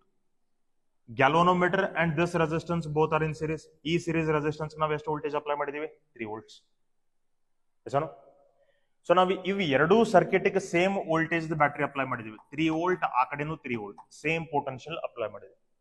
ಪೊಟೆನ್ಶಿಯಲ್ ಡಿಫರೆನ್ಸ್ ಅಂದ್ರೆ ಏನ್ರಿ? Current into resistance. Correct. So ಇದು ಮೊದಲನೇ ಸರ್ಕ್ಯೂಟ್, ಇದು ಫಸ್ಟ್ ಸರ್ಕ್ಯೂಟ್, ಇದು ಸೆಕೆಂಡ್ ಸರ್ಕ್ಯೂಟ್. ಫಸ್ಟ್ ಸರ್ಕ್ಯೂಟ್ ಒಳಗೆ ಐ ಇಂಟು ಆರ್ ಅಂತ ನಾ ಬರ್ಕೋತೀನಿ. Second circuit I dash into R ಅಂತ ನಾ ಬರ್ಕೋತೀನಿ. ಓಕೆ ಓಕೆ, ಇಲ್ಲೇ ನೋಡ್ರಿ, ಈಗ ಇಲ್ಲೇ ಫಸ್ಟ್ ಸರ್ಕ್ಯೂಟ್ ಒಳಗೆ ಕರೆಂಟ್ ಎಷ್ಟದ? 1 ಮಿಲಿ ಅಂಪಿಯರ್, ಅಂದ್ರೆ 1 ಇಂಟು 10⁻³ ಟೋಟಲ್ ರೆಸಿಸ್ಟೆನ್ಸ್ ಎಷ್ಟದ ರೀ? ಸಾರಿ, ಇದನ್ನ ಆರ್ ಡ್ಯಾಶ್ ಅಂತ ಬರ್ಕೊಳ್ಳೋಣ, ಯಾಕಂದ್ರೆ ಇಲ್ಲಿ ಆರ್ ಡ್ಯಾಶ್ ಅಂತ ತಗೊಂಡಿದ್ವಿ. ಇದು ಟೋಟಲಿ ಆರ್ ಡ್ಯಾಶ್ ಅದ. ಇದನ್ನ ನಾವು ಆರ್ ಅಂತ ತಗೊಂಡಿದ್ವಿ, ಇದು ಟೋಟಲಿ ಆರ್ ಡಬಲ್ ಡ್ಯಾಶ್ ಅಂತ ತಗೊಂಡು, ಎರಡು ಕೂಡಿ. Right? Okay, like this we have taken. Next ನೋಡ್ರಿ, ಒಟ್ರಾಗ ಏನ್ರಿ, ಈ ಸರ್ಕ್ಯೂಟ್ ಕರೆಂಟ್ ಮತ್ತು ರೆಸಿಸ್ಟೆನ್ಸ್, ಆಮೇಲೆ ಎರಡನೇ ಸರ್ಕ್ಯೂಟ್ ಕರೆಂಟ್ ಮತ್ತು ರೆಸಿಸ್ಟೆನ್ಸ್ ಇಲ್ಲಿ ತಗೊಳಕತ್ತೀವಿ. Sorry, let us take R dash here. R dash ಅಂದ್ರೆ ಟೋಟಲ್ ರೆಸಿಸ್ಟೆನ್ಸ್ ಎಷ್ಟದ? 3000 ಓಮ್ ಅದ ರೀ. ಇಲ್ಲೇ ನಾ ಇದನ್ನ 3000 ಅಂತ ಬರ್ಕೋತೀನಿ. Is equal to I dash. I dash ಅಂದ್ರೆ ಎರಡನೇ ಸರ್ಕ್ಯೂಟ್ ದಾಗಿಂದ ಕರೆಂಟ್ ರೀ, 2/3 milli amperes 10⁻³ R double dash ಅಂದ್ರೆ ಈ ಸೀರೀಸ್ ರೆಸಿಸ್ಟೆನ್ಸ್, ಅದು ಎಷ್ಟದ? 50 ಪ್ಲಸ್ ಆರ್ ಅಂತ ನಾ ಬರ್ಕೊಳ್ತೀನಿ. ಎರಡು ಸೀರೀಸ್ ಅದಾವ, ಅದಕ್ಕೆ 50 ಪ್ಲಸ್ ಆರ್. ಸೊ ಈ ಸರ್ಕ್ಯೂಟ್ ಒಳಗೆ ಟೋಟಲ್ ರೆಸಿಸ್ಟೆನ್ಸ್ ಏನದಲ್ಲ, ಅದು ಎಷ್ಟು ಆಗ್ತದಪ್ಪ ಅಂದ್ರೆ 50 ಪ್ಲಸ್ ಆರ್. ಇದು 50 ರೇ, this is 50. Okay, 50 plus R. 10⁻³ 10⁻³ cancel ಆಯ್ತು. ಇನ್ನದು 3 ಈ 3 ನಮ್ಗೆ ಈ ಕಡೆ ಬಂತಪ್ಪ, ಮಲ್ಟಿಪ್ಲೈ ಆಯ್ತು ಅಂದ್ರೆ ನಮ್ಗೆ ಏನು ಉಳಿತ? 9000 ಆಯ್ತು. So 2 into the bracket 50 plus R ಅಂತ ನಮಗೆ ಬರ್ತದೆ. Now what I will do, I will take this 2 on this side. So 9000 divided by 2 ಅಂತಂದ್ರೆ ಇದು 4500 ಆಯ್ತು. 4500 equal to 50 plus r. ಇನ್ನು ಇದನ್ನ r is equal to ಬರ್ಕೊಂಡ್ರೆ 4500 minus 50 ಅಂದ್ರೆ ಎಷ್ಟಾಗ್ತದ್ರಿ? 4450 ohm. ಎಷ್ಟು ರೆಸಿಸ್ಟೆನ್ಸ್ ನಮ್ಗೆ ಆಗ್ಬೇಕು. So this much should be that resistance. Correct? 4450. Right? ಯಾವ ಆಪ್ಷನ್ ಕರೆಕ್ಟ್ ಆಯ್ತು? ಆಪ್ಷನ್ ಸಿ ಕರೆಕ್ಟ್ ಆಯ್ತು. We'll go to the next question. Okay. A metallic rod of mass per unit length 0.5 kg. Mass per unit length ಕೊಟ್ಟಾನ್ರಿ. Mass per unit length ಅಂದ್ರೆ ಏನ? m by l ಅದನ್ನ ಕೊಟ್ಟಾನೆ. Lying horizontally on the smooth inclined plane which makes an angle 30 degree with the horizontal. A magnetic field of strength 0.25 Tesla is acting in vertical direction. When a current I is flowing through the rod, it is not allowed to slide down. The quantity of the current required to keep the rod stationary. ನೋಡ್ರಿ, ಈ ತರದ questions ನಿಮಗೆ magnetism ಒಳಗೂ ನೋಡ್ಲಿಕ್ಕೆ ಸಿಗ್ತಾವ್ರಿ, plus electrostatics ಒಳಗೂ ನೋಡ್ಲಿಕ್ಕೆ ಸಿಗ್ತಾವ. ಒಂದು ಬೇಸಿಕ್ ಕಾನ್ಸೆಪ್ಟ್ ಇದ್ರೊಳಗೆ ನಮ್ಗೆ ಅಂಡರ್ಸ್ಟ್ಯಾಂಡ್ ಆಗ್ಬೇಕು. ಪ್ಲಸ್ ಇಲ್ಲೇ ನಮ್ಗೆ ಎರಡು ಥಿಂಗ್ಸ್ ಗೊತ್ತಿರ್ಬೇಕ್ರಿ. Direction of magnetic force acting on a conductor ಯಾವ ತರ ಕಂಡಿಡ್ಕೋಬೇಕು. First thing, how to find the direction of the magnetic force acting on a conductor. Second thing, you should know resolution of vectors. First year concept ನಿಮ್ಗೆ ಗೊತ್ತಿರ್ಬೇಕು. Right? ಅದನ್ನ ಹೇಳ್ತೀನಿ. So ಮೊದಲು ಈ situation analyse ಮಾಡ್ಕೊಳ್ಳೋಣ. ನೋಡ್ರಿ, ಏನ್ ಹೇಳಿದಾರೆ, ಒಂದು ಇನ್ಕ್ಲೈನ್ಡ್ ಪ್ಲೇನ್ ಅದ ರೀ. ಈ ತರದ್ದು ಒಂದು ಇನ್ಕ್ಲೈನ್ಡ್ ಪ್ಲೇನ್ ಅದ. ಈ ಇನ್ಕ್ಲೈನ್ಡ್ ಪ್ಲೇನ್ ಹಾರಿಜಾಂಟಲ್ ಜೊತೆ ಎಷ್ಟು ಆಂಗಲ್ ಸಪ್ರೇಟ್ ಮಾಡಿದಪ್ಪ ಅಂದ್ರೆ 30 ಡಿಗ್ರಿ ಆಂಗಲ್ ಸಪ್ರೇಟ್ ಮಾಡಿದೆ. ಈ ಇನ್ಕ್ಲೈನ್ಡ್ ಪ್ಲೇನ್ ಏನದಲ್ಲ, this is the inclined plane. ಈ ಇನ್ಕ್ಲೈನ್ಡ್ ಪ್ಲೇನ್ ಮೇಲೆ ಒಂದು ರಾಡ್ ಅನ್ನು ಇಟ್ಕೊಂಡಿದ್ದಾರೆ. ಆ ರಾಡ್ ಹಿಂಗ್ ಇಟ್ಕೊಂಡಿದ್ದಾರೆ. It has not been kept like this are like this. ಈ ತರ ಇಟ್ಕೊಂಡಿಲ್ಲ. ಆ ರಾಡ್ ಅನ್ನು ಈ ತರ ಇಟ್ಕೊಂಡಿದ್ದಾರೆ. ಅಂದ್ರೆ ನಿಮಗೆ ಈ ಕ್ರಾಸ್ ಸೆಕ್ಷನಲ್ ಏರಿಯಾ ಮಾತ್ರ ಕಾಣಿಸ್ತದೆ. ಈ ಕಡೆಯಿಂದ ನೋಡ್ಕೊಂಡಾಗ ಈ ಕ್ರಾಸ್ ಸೆಕ್ಷನಲ್ ಏರಿಯಾ ಮಾತ್ರ ಕಾಣಿಸ್ತದೆ. ಸೊ ಆ ರಾಡ್ ಕ್ರಾಸ್ ಸೆಕ್ಷನಲ್ ಏರಿಯಾನ ಇಲ್ಲಿ ತಗೋತೀನಿ. This is the cross sectional area. Correct? ಈ ರಾಡ್ ಒಳಗೆ ನಮಗೆ ಕರೆಂಟ್ ಪಾಸ್ ಆಗತ್ತದ್ರಿ. There is a current passing in this rod. ಯಾವ ಡೈರೆಕ್ಷನ್ ದಾಗ? ಇನ್ವರ್ಸ್ ಡೈರೆಕ್ಷನ್ ದಾಗ ನಮ್ಗೆ ಕರೆಂಟ್ ಪಾಸ್ ಆಗುತ್ತೆ. ಓಕೆ, ಸಾರಿ, ಮೊದಲು ಮ್ಯಾಗ್ನೆಟಿಕ್ ಫೀಲ್ಡ್ ಬರ್ಕೊಳ್ಳೋಣ. ಸೊ ನೋಡ್ರಿ, ಆ magnetic field of strength 0.5 tesla is acting in the vertical direction. So ಇಲ್ಲೇ ಒಂದು ಮ್ಯಾಗ್ನೆಟಿಕ್ ಫೀಲ್ಡ್ ಐತಿ. ಆ magnetic field upwards direction, vertical direction ದಾಗ ಆಕ್ಟ್ ಆಗತ್ತದ್ರಿ. How much is that? It is 0.25 tesla. ಇಷ್ಟು ಮ್ಯಾಗ್ನೆಟಿಕ್ ಫೀಲ್ಡ್ ಆಕ್ಟ್ ಆಗತ್ತದೆ. ಅದಾಗಿದ್ ಕೂಡಲೇ ಅವ ಏನಂದಾನೆ, ಅದ್ರೊಳಗೆ ಕರೆಂಟ್ ಫ್ಲೋ ಆಗತ್ತೈತೆ ಅಂತ ಹೇಳಿದ. ಅಂದ್ರೆ it is a current carrying conductor. ಇದ್ರೊಳಗೆ ನಮಗೆ ಇನ್ವರ್ಸ್ ಕರೆಂಟ್ ಫ್ಲೋ ಆಗತ್ತದ ಅಂತ ಇಟ್ಕೊಡಿ. ಅಂದ್ರೆ ಹಿಂಗೇನ್ ರಾಡ್ ಅದಲ್ಲ, ಇದೇನ್ ರಾಡ್ ಅದಲ್ಲ. ಈ ರಾಡ್ ಒಳಗಡೆ ಕರೆಂಟ್ ನಮಗೆ ಈ ಡೈರೆಕ್ಷನ್ ಫ್ಲೋ ಆಗತ್ತೆ. ಅಂದ್ರೆ ಇನ್ವರ್ಸ್ ಅದ ರೀ ಕರೆಂಟ್. ರೈಟ್? ಈ ಬೋರ್ಡ್ ಪ್ಲೇನ್ಗೆ ನಾವು ಮಾತಾಡ್ಲಿಕ್ಕೆ ಹೋದ್ರೆ ಕರೆಂಟ್ ನಮಗೆ ಇನ್ವರ್ಸ್ ಅದು. ಓಕೆ, ಇನ್ ಕ್ಯಾಶುವಲಿ ನೋಡ್ರಿ, ಯಾವುದೇ ಒಂದು ಬಾಡಿ ಇರ್ಲಿ ಅದ್ರದ್ದು ವೇಟ್ ಅಂತೂ ಆಕ್ಟ್ ಆಗೋದ್ರಿ. ವೇಟ್ ಯಾವಾಗೂ ಯಾವ ಕಡೆ ಆಕ್ಟ್ ಆಗ್ತದ್ರಿ, ಡೌನ್ವರ್ಡ್ಸ್ ಡೈರೆಕ್ಷನ್. ಆ ವೇಟ್ ಎಷ್ಟು ಇರ್ತದೆ, m×g. ಕ್ಲಿಯರ್? ಸೊ ನೋಡ್ರಿ, ಇನ್ನೊಂದು ಇಂಪಾರ್ಟೆಂಟ್ ಥಿಂಗ್ ಏನಂತಾರೆ, ಅವೇನ್ ಹೇಳಿದಾನೆ, what he has told is the rod is not allowed to slide down. ಅಂದ್ರೆ ಇನ್ಕ್ಲೈನ್ಡ್ ಪ್ಲೇನ್ ಮೇಲೆ ಇದ್ರೂ ಕೂಡ ಆ ರಾಡ್ ನಮಗೆ ಉಳ್ಕೊಂತ ಕೆಳಗೆ ಬರಬಾರ್ದು. It should not slide down, ಕೆಳಗೆ ಬರಬಾರ್ದು, ಅದು ಅಲ್ಲೇ ಉಳಿಬೇಕು ಸ್ಟ್ಯಾಟಿಕ್ ಆಗಿ ಅಂತ ಹೇಳ್ತಾರೆ.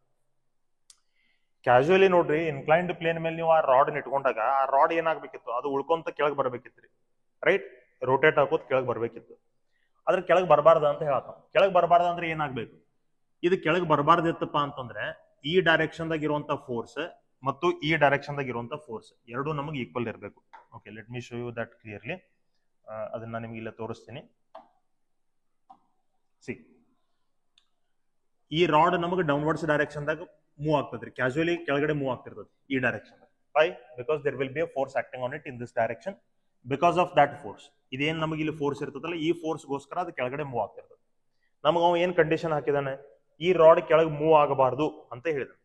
ಈ ರಾಡ್ ಕೆಳಗೆ ಮೂವ್ ಆಗಬಾರ್ದಾದ್ರೆ ಇದೇನ್ ಫೋರ್ಸ್ ಅದಲ್ಲ, ಇದಕ್ಕೆ ಈಕ್ವಲ್ ಅಂಡ್ ಅಪೋಸಿಟ್ ಆಗಿ ಮತ್ತೊಂದು ಫೋರ್ಸ್ ಇಲ್ಲಿ ಆಕ್ಟ್ ಆಗ್ಬೇಕ್ರಿ. ಅದನ್ನ ನಾವು F' ಅಂತ ಬರ್ಕೊಳ್ಳೋಣ. ಕರೆಕ್ಟ್? ಸೊ ಇವ್ ಎರಡೂ ಫೋರ್ಸಸ್ F' ಮತ್ತೆ F ಅನ್ನೋ ಫೋರ್ಸ್ ಎರಡೂ ಈಕ್ವಲ್ ಆದಪ್ಪ ಅಂತಂದ್ರೆ ಅವು ಕ್ಯಾನ್ಸಲ್ ಔಟ್ ಆಗ್ತವೆ. ಕ್ಯಾನ್ಸಲ್ ಔಟ್ ಆದಪ್ಪ ಅಂತಂದ್ರೆ ಈ ಡೈರೆಕ್ಷನ್ ಅದ್ರ ಮೇಲೆ ನೆಟ್ ಫೋರ್ಸ್ ಇರುವುದಿಲ್ಲ. ಅದು ಮೇಲ್ಗಡೆನೂ ಮೂವ್ ಆಗಂಗಿಲ್ಲ, ಕೆಳಗಡೆನೂ ಮೂವ್ ಆಗಂಗಿಲ್ಲ, ಅಲ್ಲೇ ರೆಸ್ಟ್ ಒಳಗೆ ಉಳಿದ್ಬಿಡುತ್ತೆ. ಇನ್ ಕೇಸ್ ಎಫ್ ನಮಗೆ F' ಗಿಂತನೂ ಜಾಸ್ತಿ ಆಯ್ತಪ್ಪ ಅಂದ್ರೆ it will slide down. In case F' ನಮಗೆ F ಗಿಂತನೂ ಜಾಸ್ತಿ ಆಯ್ತಪ್ಪ ಅಂದ್ರೆ it will move up. But ನಮಗೆ ಮ್ಯಾಗೂ ಹೋಗೋದು ಬೇಡಾಗೈತ್ರಿ, ಕೆಳಗೂ ಬರೋದು ಬೇಡಾಗೈತ್ರಿ. ಸೊ ಏನಾಗಬೇಕು, ಎರಡು ಕ್ಯಾನ್ಸಲ್ ಆಗ್ಬೇಕು, ಈಕ್ವಲ್ ಆಗಬೇಕು, ಎರಡು ಕ್ಯಾನ್ಸಲ್ ಆಗಬೇಕು, ಅದಲ್ಲೇ ಉಳಿಬೇಕು. ಹಂಗಂದ್ರೆ ಈ ಎಫ್ ಅಂದ್ರೆ ಇದು ಯಾವ ಫೋರ್ಸ್, F' ಅಂದ್ರೆ ಇದು ಯಾವ ಫೋರ್ಸ್ ಅನ್ನೋದನ್ನ ನಾವು ಮೊದಲು ತಿಳ್ಕೋಬೇಕು. ಸ್ವಲ್ಪ ಡೀಟೇಲ್ ಆಗಿ ತಿಳ್ಕೊಳ್ಳೋಣ್ರಿ. It may require some time, but ಈ ಕಾನ್ಸೆಪ್ಟ್ ನೀವು ಕ್ಲಿಯರ್ ಆಗಿ ತಿಳ್ಕೋಬೇಕು. So I will go in detail. ಈಗ ನೋಡ್ರಿ, ನ್ಯಾಚುರಲಿ ಈ ರಾಡ್ ಮೇಲೆ ಎಷ್ಟು ಫೋರ್ಸ್ ಇಲ್ಲಿ ಆಕ್ಟ್ ಆಗ್ಲಿಕ್ಕೆ ಸಾಧ್ಯತೆ? ಒಂದು ಗ್ರಾವಿಟೇಷನಲ್ ಫೋರ್ಸ್ ಅಂದ್ರೆ ವೇಟ್, ಡೌನ್ವರ್ಡ್ಸ್ ಡೈರೆಕ್ಷನ್ ದಾಗ ವೇಟ್ ಅಂತೂ ಆಕ್ಟ್ ಆಗ್ಲೇಬೇಕು. ಇದು most common force in nature. ಇನ್ನೊಂದು, ಇದು ಕರೆಂಟ್ ಕ್ಯಾರಿಂಗ್ ವೈರ್ ಅದ. ಪ್ಲಸ್ ಆ ಕರೆಂಟ್ ಕ್ಯಾರಿಂಗ್ ವೈರ್ ಯಾವ ಫೀಲ್ಡ್ ದಾಗ ಐತಿ? ಮ್ಯಾಗ್ನೆಟಿಕ್ ಫೀಲ್ಡ್ ದಾಗ ಐತಿ. V know very clearly whenever a current carrying conductor is placed in the magnetic field, it will experience a magnetic force. ಅದು ಒಂದು magnetic force experience ಮಾಡೇ ಮಾಡ್ತದ್ರಿ. Clear? So ನೋಡ್ರಿ, ಆ ಮ್ಯಾಗ್ನೆಟಿಕ್ ಫೋರ್ಸ್ ಡೈರೆಕ್ಷನ್ ನಾವು find ಮಾಡ್ಬೇಕೀಗ. ನಾನು ನಿಮ್ಗೆ ಮೊದಲೇ ಹೇಳಿದ್ದೀನಿ, ಮ್ಯಾಗ್ನೆಟಿಕ್ ಫೋರ್ಸ್ ಡೈರೆಕ್ಷನ್ ಫೈಂಡ್ ಮಾಡೋದು ಬರ್ಬೇಕು ನಮಗಂತ. ಸೊ ಮ್ಯಾಗ್ನೆಟಿಕ್ ಫೋರ್ಸ್ ಡೈರೆಕ್ಷನ್ ನೀವು ಹೆಂಗ್ ಫೈಂಡ್ ಮಾಡೋದ್ರಿ? How to find the direction of magnetic force? ಇದು ನೋಡ್ರಿ, ಇದಕ್ಕೊಂದು ಸಿಂಪಲ್ ರೂಲ್ ನಾನು ನಿಮ್ಗೆ ಹೇಳ್ತೀನಿ. ಈಗ ಮ್ಯಾಗ್ನೆಟಿಕ್ ಫೀಲ್ಡ್ ನಮ್ಗೆ ಈ ಡೈರೆಕ್ಷನ್ ಒಳಗೆ ಅದ ಅಂತ ಇಟ್ಕೋರಿ. ಮ್ಯಾಗ್ನೆಟಿಕ್ ಫೀಲ್ಡ್ ಇದ್ರೊಳಗೆ ಒಂದು ಕರೆಂಟ್ ಕ್ಯಾರಿಂಗ್ ವೈರ್ ಐತಿ, ಅದ್ರೊಳಗೆ ಕರೆಂಟ್ ನಮಗೆ ಈ ಡೈರೆಕ್ಷನ್ ದಾಗ ಆಕ್ಟ್ ಆಗುತ್ತೆ. ಸೊ ಈ ವೈರ್ ಮ್ಯಾಗ ನಾವು ನೋಡ್ರಿ, ಕರೆಂಟ್ ಕ್ಯಾರಿಂಗ್ ವೈರ್ ನೀವು ಮ್ಯಾಗ್ನೆಟಿಕ್ ಫೀಲ್ಡ್ ಒಳಗೆ ಇಟ್ಕೊಂಡ್ರೆ ಕಂಪಲ್ಸರಿ ಅದ್ರ ಮ್ಯಾಗ ಮ್ಯಾಗ್ನೆಟಿಕ್ ಫೋರ್ಸ್ ಆಕ್ಟ್ ಆಗೇ ಆಗ್ತದ್ರಿ, right? If there is a current carrying wire and if that wire is kept in an external magnetic field, then there will be a magnetic force acting on it. Clear? So ಅದರ ಮೇಲೆ magnetic force act ಆಗ್ಲೇಬೇಕು. ಇಷ್ಟೇನ ಆ magnetic force ಯಾವ ಕಡೆ act ಆಗತ್ತೆ ಅನ್ನೋದು ನಮಗೆ ಬೇಕಾಗಿದೆ. So ಅದನ್ನ ಫೈಂಡ್ ಮಾಡ್ಲಿಕ್ಕೆ ನಾನು ನಿಮ್ಗೊಂದು ಸಿಂಪಲ್ ರೂಲ್ ಹೇಳ್ತೀನಿ, ರೈಟ್? ಆ ರೂಲ್ ನೇಮ್ ಏನಪ್ಪಾ ಅಂತ right hand palm rule, right? Congress rule ಅಂತ ನೀವು ಅನ್ಕೋಬಹುದು, looking at the symbol, right? Okay, so ಈ ರೈಟ್ ಹ್ಯಾಂಡ್ ಪಾಮ್ ರೂಲ್ ನೋಡ್ರಿ, what that right hand palm rule tells, right? Right hand palm rule. Using this right hand palm rule, we are going to identify the direction of that wire, force acting on the wire. So right hand palm rule ಪ್ರಕಾರ ಇವು 4 ಏನ್ fingers ಅದಾವಲ್ರಿ, ಈ 4 fingers ನಮಗೆ magnetic field direction ಒಳಗೆ ಇರಬೇಕು. Magnetic field ಯಾವ direction ದಾಗ? Inverse direction. ಆಮೇಲೆ ಥಂಬ್ ಯಾವ ಕಡೆ ಇರಬೇಕು? ಕರೆಂಟ್ ಯಾವ ಕಡೆ ಫ್ಲೋ ಆಗತ್ತೆ ಆ ಕಡೆ ಥಂಬ್ ಇರಬೇಕು. ಸೊ ನೋಡ್ರಿ, ಮ್ಯಾಗ್ನೆಟಿಕ್ ಫೀಲ್ಡ್ ಇನ್ವರ್ಸ್ ಆಯ್ತಾ, ಕರೆಂಟ್ ನಮಗೆ ಮೇಲ್ಗಡೆ ಫ್ಲೋ ಆಗುತ್ತೆ. ಈಗ ನಿಮ್ದು ಇದೇನು ವೈಟ್ ಪಾಮ್ ಅದಲ್ಲ, ಈ ಪಾಮ್ ಯಾವ ಕಡೆ ಫೇಸ್ ಆಗೈತೆ ನೋಡ್ರಿ, ಆ ಕಡೆ ಇದ್ರ ಮೇಲೆ ಫೋರ್ಸ್ ಆಕ್ಟ್ ಆಗತ್ತದ ಅಂತ ಮೀನಿಂಗ್ ಅದು. So in this direction the magnetic force is acting. Clear ಆಯ್ತ್ರಿ ಯಾವ ಕಡೆ ನಾವು ಫೈಂಡ್ ಮಾಡ್ಬೇಕಂತೇಳಿ, ರೈಟ್? ಈಗ ಇದ ಸಪೋಸ್ ನಮಗೆ ಮತ್ತೊಂದು ವೈರ್ ಇತ್ತು, ಆ ವೈರ್ ದ ಕರೆಂಟ್ ಈ ಕಡೆ ಫ್ಲೋ ಆಗತ್ತಿತ್ತು, ಮ್ಯಾಗ್ನೆಟಿಕ್ ಫೀಲ್ಡ್ ಇನ್ವರ್ಸ್ ಅದ, ಕರೆಂಟ್ ಡೌನ್ವರ್ಡ್ಸ್ ಅದ. ಸೊ ಇದ್ರ ಮೇಲೆ ಫೋರ್ಸ್ ಯಾವ ಕಡೆ ಹಂಗಾರೆ? ರೈಟ್? ರೈಟ್ ಸೈಡ್ ಬರ್ಬೇಕು, ಈ ಕಡೆ ಬರ್ಬೇಕು. ಇನ್ನು ಈ ಫೋರ್ಸ್ ಅದ ಫಾರ್ಮುಲಾ ಏನ್ರಿ? Force acting on conductor formula ಏನ್? BIL sin theta. ಇಲ್ಲಂಟು ಮ್ಯಾಗ್ನೆಟಿಕ್ ಫೀಲ್ಡ್ ಪರ್ಪೆಂಡಿಕ್ಯುಲರ್ ಅದ. ಸೊ ನಮಗೆ ಫಾರ್ಮುಲಾ ಏನಾಗ್ತದೆ? BIL ಆಗ್ತದೆ. This much will be the force. So ಈ ತರ ನಾವು ಮ್ಯಾಗ್ನೆಟಿಕ್ ಫೋರ್ಸ್ ಡೈರೆಕ್ಷನ್ ಫೈಂಡ್ ಮಾಡ್ಬೇಕಾಗ್ತದೆ. ಕ್ಲಿಯರ್? ಓಕೆ, ಈಗ ಇಲ್ಲಿ ಬರ್ರಿ, ಈ ಪ್ರಾಬ್ಲಮ್ ಬರ್ರಿ. ಓಕೆ, ಈಗ ನೋಡ್ರಿ, ನಮಗಿಲ್ಲೇ ಫಸ್ಟ್ ಫೋರ್ಸ್ ಯಾವ್ದಪ್ಪ ಅಂತಂದ್ರೆ weight which is acting in downwards direction, ಇದು ಫಸ್ಟ್ ಫೋರ್ಸ್. ಇನ್ನು ಎರಡನೇ ಫೋರ್ಸ್ ಮ್ಯಾಗ್ನೆಟಿಕ್ ಫೋರ್ಸ್, ಅದ್ರ ಡೈರೆಕ್ಷನ್ ಫೈಂಡ್ ಮಾಡ್ರಿ. ಇಲ್ಲಿ ಕರೆಂಟ್ ಯಾವ ಕಡೆ ಇದೆ, ಇನ್ವರ್ಡ್ಸ್ ಅದ. ಮ್ಯಾಗ್ನೆಟಿಕ್ ಫೀಲ್ಡ್ ಯಾವ ಕಡೆ ಇದೆ, ಅಪ್ವರ್ಡ್ಸ್ ಅದ. ಸೊ ಈ ಫಸ್ಟ್ 4 ಫಿಂಗರ್ಸ್ ನಮ್ಗೆ ಯಾವ ಕಡೆ ಇರಬೇಕು, ಅಪ್ವರ್ಡ್ಸ್ ಡೈರೆಕ್ಷನ್. ಕರೆಕ್ಟ್. ಕರೆಂಟ್ ಯಾವ ಕಡೆ ಇದೆ, ಇನ್ವರ್ಡ್ಸ್. ಸೊ ಆ ಬೋರ್ಡ್ ಕಡೆಗೆ ನಾ ತಂಬನ್ ಮಾಡ್ತೀನಿ. ಕರೆಕ್ಟ್. ಸೊ ಈಗ ಪಾಮ್ ನಮ್ಗೆ ಯಾವ ಕಡೆ ತೋರಿಸೋದ್ರಿ, ರೈಟ್ ಸೈಡ್. ಕ್ಲಿಯರ್. ಸೊ ಈ ಡೈರೆಕ್ಷನ್ ದಾಗ ನಮಗೆ ಫೋರ್ಸ್ ಆಕ್ಟ್ ಆಗ್ತಿರ್ತದೆ. So this is the magnetic force. ಈ ಮ್ಯಾಗ್ನೆಟಿಕ್ ಫೋರ್ಸ್ ಅನ್ನ ಏನಂತ ಬರಿತೀನಿ, BIL, ಯಾಕಂತ ನಮ್ಗೆ ಗೊತ್ತದ ಆಲ್ರೆಡಿ. ಓಕೆ. ಸೊ ಈ ತರದ ವೆಕ್ಟರ್ ಡಯಾಗ್ರಾಮ್ ನ ಇಲ್ಲೇ ತೆಗಿತೀನಿ. Will draw the vector diagram here. See this is BIL, this is MG. ಇದು ನಮಗೆ MG ಅದ. ಕರೆಕ್ಟ್. ಇದು ನಮಗೆ ಇನ್ಕ್ಲೈನ್ಡ್ ಪ್ಲೇನ್ ಅದ ರೀ. ನೋಡ್ರಿ ಇಲ್ಲಿ ಎಷ್ಟು ಆಂಗಲ್ ಅದಲ್ಲ ಅಷ್ಟೇ ಆಂಗಲ್ ನಮಗೆ ಇದು ಇರಬೇಕು, 30 ಡಿಗ್ರಿ. ರೈಟ್. ಇದು ಈ ಆಂಗಲ್ ಹೇಳ್ತೇನೆ ನಾ, ಯಾಕಂದ್ರೆ ಇವೆರಡು ಆಲ್ಟರ್ನೇಟ್, ಸಾರಿ ಇವೆರಡು ನಮಗೆ ಸೇಮ್ ಎರಡು ಲೈನ್ಸ್ ನಡುವಿನ ಆಂಗಲ್ ಇದೆ. ಈ ಲೈನ್ ಮತ್ತು ಈ ಲೈನ್ ನಡುವಿನ ಆಂಗಲ್ ಇರೋದ್ರಿಂದ ಇದು 30 ಡಿಗ್ರಿನೇ ಇರಬೇಕು. Right. This is 30 degree. Draw a perpendicular line to this inclined surface. Inclined surface ಒಂದು ಪರ್ಪೆಂಡಿಕ್ಯುಲರ್ ಲೈನ್ ಡ್ರಾ ಮಾಡ್ರಿ. Correct. So let me draw perpendicular line to that inclined surface. ನಾವು ಆ ಇನ್ಕ್ಲೈನ್ಡ್ ಸರ್ಫೇಸ್ ನಾವು ಒಂದು ಇಲ್ಲೇ ಪರ್ಪೆಂಡಿಕ್ಯುಲರ್ ಲೈನ್ ತಗೋತೀನಿ. Okay. So this is the perpendicular line. Next ನೋಡ್ರಿ, if this is 30 degree, what will be this? This will be 60 degree. ಇದು ನಮಗೆ 60 degree ಇರ್ಬೇಕ್ರಿ. ಕರೆಕ್ಟ್. ಯಾಕಂದ್ರೆ ಇವು ಎರಡು ನಮಗೆ ಪರ್ಪೆಂಡಿಕ್ಯುಲರ್ ಅದಾವ. If this is 60 degree, how much this has to be? This has to be 30 degree. ಯಾಕಂದ್ರೆ ಇವೆರಡು ನಮಗೆ ಪರ್ಪೆಂಡಿಕ್ಯುಲರ್ ಅದಾವ್ರಿ. ಕ್ಲಿಯರ್. ಓಕೆ. ನೆಕ್ಸ್ಟ್ ನೋಡ್ರಿ, ಈಗ ಇವ್ ಎರಡನ್ನೂ ರಿಸಾಲ್ವ್ ಮಾಡ್ರಿ. ನಮ್ಗೆ ಯಾವ ಫೋರ್ಸ್ ಬೇಕಾಗಿದಾವ್ರಿ? F' ಮತ್ತು F ಅಂತ ಏನದ, ಇವೆರಡು ಫೋರ್ಸ್ ನಮ್ಗೆ ಬೇಕಾಗಿದಾವ. ರೈಟ್. F' ನಮಗೆ ಈ ಡೈರೆಕ್ಷನ್ ದಾಗ ಅದ, ಇದು F'. F ನಮಗೆ ಈ ಡೈರೆಕ್ಷನ್ ದಾಗ, ಇದು F. ಸೊ ಇವೆರಡು ತರದ ವ್ಯಾಲ್ಯೂ ನಮಗೆ ಬೇಕಾಗಿದೆ. ನಮಗೆ ಆಲ್ರೆಡಿ ಪ್ರೆಸೆಂಟ್ ಇರುವಂತಹ ಫೋರ್ಸ್ ಗಳನ್ನ ಯೂಸ್ ಮಾಡ್ಕೊಂಡು ಇವತ್ತು ನಾವು ಫೈಂಡ್ ಮಾಡೋದ್ವಿ, F' ಮತ್ತು F ಅನ್ನು ಫೈಂಡ್ ಮಾಡೋದ್ವಿ. ಅಂದ್ರೆ ಈ F' ಮತ್ತು F ಇವು ಯಾವ ಹೊಸ ಫೋರ್ಸ್ ಅಲ್ಲ. ಈಗ ಏನ್ ನಮಗೆ ಎರಡು ಫೋರ್ಸ್ ಅದಾವ, ಮ್ಯಾಗ್ನೆಟಿಕ್ ಫೋರ್ಸ್ ಮತ್ತು ವೇಟ್ ಅಂತ ಹೇಳಿ. ಇವ್ರದ ಪಾರ್ಟ್ಸ್ ಇರ್ತಾವ್ರಿ. ಅವು ಪಾರ್ಟ್ಸ್ ಅಂದ್ರೆ ಏನ, ಕಂಪೋನೆಂಟ್ಸ್ ಇರ್ತಾವ. ಕರೆಕ್ಟ್. ಸೊ ಅದನ್ನ ನಾವು ಫೈಂಡ್ ಮಾಡ್ಕೋಬೇಕು. ಈಗ ನೋಡ್ರಿ, ನಾ BIL ರಿಸಾಲ್ವ್ ಮಾಡ್ಕೊಂಡ್ರೆ, ಇದನ್ನ ರಿಸಾಲ್ವ್ ಮಾಡ್ಕೊಂಡ್ರೆ, ಈಗ ನೋಡ್ರಿ ಇದು ನಮಗೆ BIL ಅದ. ಸಾರಿ ನೋಡ್ರಿ ಈ ತರ ನಮ್ಗೆ ಅದ ರೀ BIL. ರೈಟ್. ಇದನ್ನ ಈಗ ರಿಸಾಲ್ವ್ ಮಾಡ್ಕೊಂಡ್ರೆ ಒಂದು ಕಂಪೋನೆಂಟ್ ನಂಗೆ ಇಲ್ಲಿ ಬರಬೇಕು, ಒಂದು ಕಂಪೋನೆಂಟ್ ನಂಗೆ ಇಲ್ಲಿ ಬರಬೇಕು. ರೈಟ್. ಆಂಗಲ್ ಇಲ್ಲದ್ರಿ. ಸೊ ರಿಸೊಲ್ಯೂಷನ್ ಆಫ್ ನೋಡ್ರಿ, ಇದು BIL ಇಲ್ಲಿ ಇತ್ತಪ್ಪ ಅಂದ್ರೆ ಇದು ನಮಗೆ BIL cos θ ಆಗ್ತದೆ. ಈ ಕಂಪೋನೆಂಟ್ ಏನಾಗ್ತದ್ರಿ, BIL sin θ ಆಗ್ತದೆ. ರಿಸೊಲ್ಯೂಷನ್ ಆಫ್ ವೆಕ್ಟರ್ ನಿಮ್ಗೆ ನೆನಪಿರ್ಬೇಕು. ನೆನಪಿರದೇ ಇದ್ರೆ ಇಲ್ಲೇ ರಿಮೈಂಡ್ ಮಾಡ್ತೀನಿ. ಈಗ ನೋಡ್ರಿ ಇದೊಂದು ನಮಗೆ ವೆಕ್ಟರ್ ಅದ R ಅಂತೇಳಿ. ಆ R ವೆಕ್ಟರ್ ನಮಗೆ ಈ ಎಕ್ಸಸ್ ಜೊತೆಗೆ θ ಅಂತೇಳಿ ಆಂಗಲ್ ಸಬ್ಟೆಂಡ್ ಮಾಡುತ್ತೆ. ಸೊ ಇದು ಆಂಗಲ್ ಮೇಲೆ ಡಿಪೆಂಡ್ ರೀ. ನೀವು ಆಂಗಲ್ ಕರೆಕ್ಟ್ ಆಗಿ ನೆನ್ಪಿಟ್ಕೊರಿ. ಆಂಗಲ್ ಯಾವ ಸೈಡ್ ಟಚ್ ಅದಲ್ಲ ಆ ಸೈಡ್ ನಮಗೆ ಕಾಸ್ ಟರ್ಮ್ ದಾಗ ಬರಬೇಕು. ಆಂಗಲ್ ಯಾವ ಕಡೆ ಟಚ್ ಅದ. ಆಮೇಲೆ ಈ ವೆಕ್ಟರ್ ಹೆಸರು ನೀವು ಇಲ್ಲಿ ಬರಿಲೇಬೇಕು. ಬರೀ ಕಾಸ್ θ ಅಂತಲ್ಲ. ಕ್ಲಿಯರ್ ಅದರಿ? ಸೊ ಆಂಗಲ್ ಯಾವ ಕಡೆ ಟಚ್ ಅದ ಅದು R cos θ. ಆಂಗಲ್ ಯಾವ ಸೈಡ್ ಟಚ್ ಇಲ್ಲ ಅದು R sin θ ಅಂತ ಆಗ್ತದೆ. ಕರೆಕ್ಟ್. ಸೊ ಇದನ್ನ ನಾನು ನಿಮಗೆ ಈ ತರ ತಗೊಂಡ್ರೆ ಇಟ್ಕೋರಿ. ಇಫ್ ದಿಸ್ ಇಸ್ R, ನಿಮಗೆ ಈ ಆಂಗಲ್ ಕೊಟ್ಟಿದ್ರು, ಆಂಗಲ್ ಇಲ್ಲಿ ಕೊಟ್ಟಿದ್ರು. ಈಗ ಆಂಗಲ್ ನಮಗೆ ಈ ಕಡೆ ಟಚ್ ಅದ. ಸೊ ಇದು ನಮ್ಗೆ ಏನಾಗ್ತದ್ರಿ, R cos θ. ಇದು ನಮ್ಗೆ ಏನಾಗ್ತದೆ, R sin θ ಅಂತ ಆಗ್ತದೆ. So it all depends upon the angle. ನಿಮ್ಗೆ ಯಾವ ಆಂಗಲ್ ಗೊತ್ತದ ಅದ್ರ ಮೇಲೆ ನಮ್ಮ ಕಂಪೋನೆಂಟ್ಸ್ ಗಳು ಚೇಂಜ್ ಆಗ್ತವೆ. ರೈಟ್. ಸೊ ಇಲ್ಲಿ ನೋಡ್ರಿ R ಜಾಗದಾಗ ನಮಗೆ ಇಲ್ಲಿ ಏನದ ರೀ, BIL ಅಂತ ಹೇಳಿದೆ. ಸೊ ಇಲ್ಲಿ ವೆಕ್ಟರ್ ಹೆಸರು R ಅಂತಿಲ್ಲ, BIL ಅಂತ ಹೇಳಿದೆ. ಸೊ ಇದು BIL cos θ ಆಯ್ತು. ಯಾಕಂದ್ರೆ θ ಇಲ್ಲದೆ ನಮ್ಗೆ ಇದು ಆಂಗಲ್ ಗೊತ್ತದ್ರಿ, this is θ. Correct. So F' ಅಂದ್ರೆ ಇದು ಏನಾಯ್ತು ರೀ, F' ಅಂದ್ರೆ ಇದು BIL cos 30 ಡಿಗ್ರಿ ಆಯ್ತು. cos 30 degree. ಈ ಕಂಪೋನೆಂಟ್ ನಮಗೆ ಬೇಕಾಗಿಲ್ಲ, ಬಿಟ್ಬಿಡ್ರಿ ಅದನ್ನ. ನಮಗೆ ಬೇಕಾಗಿರೋದು ಈ ಕಂಪೋನೆಂಟ್ ಮಾತ್ರ. ಓಕೆ. ಈ ನೆಕ್ಸ್ಟ್ ನೋಡ್ರಿ MG ರಿಸಾಲ್ವ್ ಮಾಡ್ಕೋರಿ. MG ರಿಸಾಲ್ವ್ ಮಾಡ್ಕೋಬೇಕಾದ್ರೆ ನೋಡ್ರಿ ಇದು ನಮಗೆ MG ಅದ, ಇದು ನಮಗೆ MG ಅದ. ಈ ಕಡೆ ಇದು ಪರ್ಪೆಂಡಿಕ್ಯುಲರ್ ಅದ, ಈ ಕಡೆ ಇದು F ಅಂತ ಹೇಳಿದೆ. ಕರೆಕ್ಟ್. ಸೊ ನಮಗೆ ಆಂಗಲ್ ಇಲ್ಲಿ ಗೊತ್ತದ್ರಿ, ದಿಸ್ ಆಂಗಲ್ ವಿ ನೋ ನಾವು 30 ಡಿಗ್ರಿ.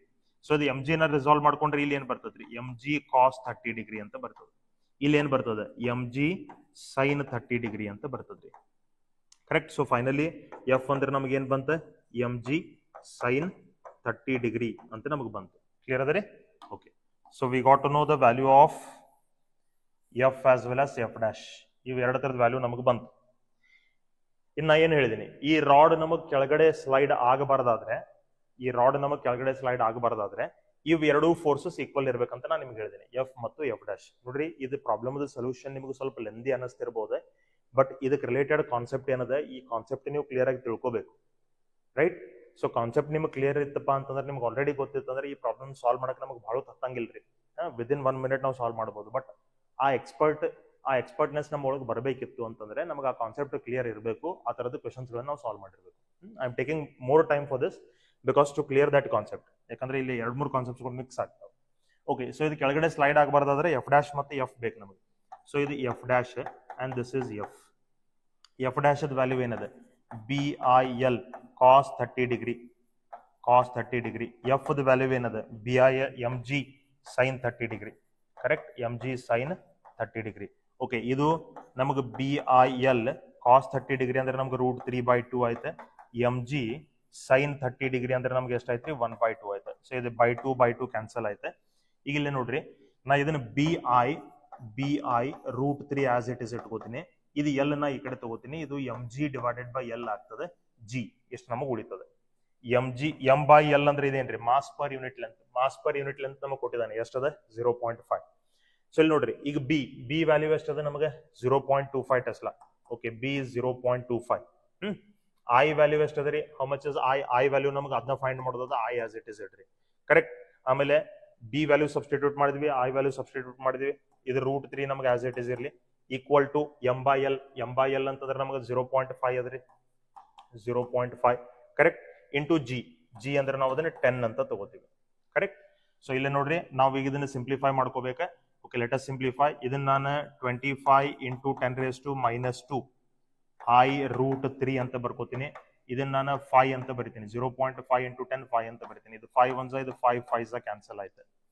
ಓಕೆ, ಈಗ ನಾ ಇದನ್ನ 5 × 10⁻⁻² ಆ ಕಡೆ ತಗೊಂಡ್ರೆ I √3 is equal to 1 / 5 × 10⁻² ಅಂತ ಬರ್ತದೆ.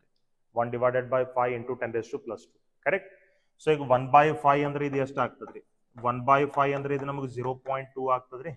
Into 10⁻². Or you can write it as 0.2 × 10⁻² ಅಂದ್ರೆ ಇದು ನೀವು 20 ಅಂತ ಬರಿಬಹುದು. ಸೊ I is equal to finally ನಮಗೆ ಬಂತ I / 20 / √3. ಸೊ 20/√3. √3 ಅಂದ್ರೆ ಎಷ್ಟು? 1.73. ಕರೆಕ್ಟ್. ಸೊ 1.73 ಅಂತಂದ್ರೆ ಈ √3 √2 ವ್ಯಾಲ್ಯೂಸ್ ನೆನ್ಪಿಟ್ಕೋಬೇಕು. log 2 ವ್ಯಾಲ್ಯೂಸ್ ನೆನ್ಪಿಟ್ಕೋಬೇಕು. ಕಾಮನ್ಲಿ ಬರುವಂತವ್ರು ಇವೆಲ್ಲ. ಸೊ 1.73 ಅಂದ್ರೆ ಅದನ್ನ ರೌಂಡ್ ಆಫ್ ಮಾಡ್ಕೊಂಡು 2 ಅಂತ ತಗೋತೀನಿ. ಸೊ 2 1 ಇದು 2 10s ಅಂತ ಮೀನಿಂಗ್ ಅದು. So I should be greater than 10. ಈಗ ನಮಗೆ 10 ಅಂತ ಬಂದದೆ. 10 ಕ್ಕೆ ನಿಯರೆಸ್ಟ್ ಇರುವಂತ ಆನ್ಸರ್ ಕರೆಕ್ಟ್ ರೀ. ಸೊ ನಿಯರೆಸ್ಟ್ ಯಾವ್ದು? Option C. Correct. This is the right option. Okay, let us go to the next question then. ನೋಡ್ರಿ, a tightly wound long solenoid has n turns per unit length. A radius r carries a current I. A particle having a charge q and mass m is projected from a point on the axis in a direction perpendicular to the axis. The maximum speed of the particle for which the particle does not strike the solenoid. Okay, ಇದು ಸ್ವಲ್ಪ ನಾವು concept ತಿಳ್ಕೋಬೇಕು.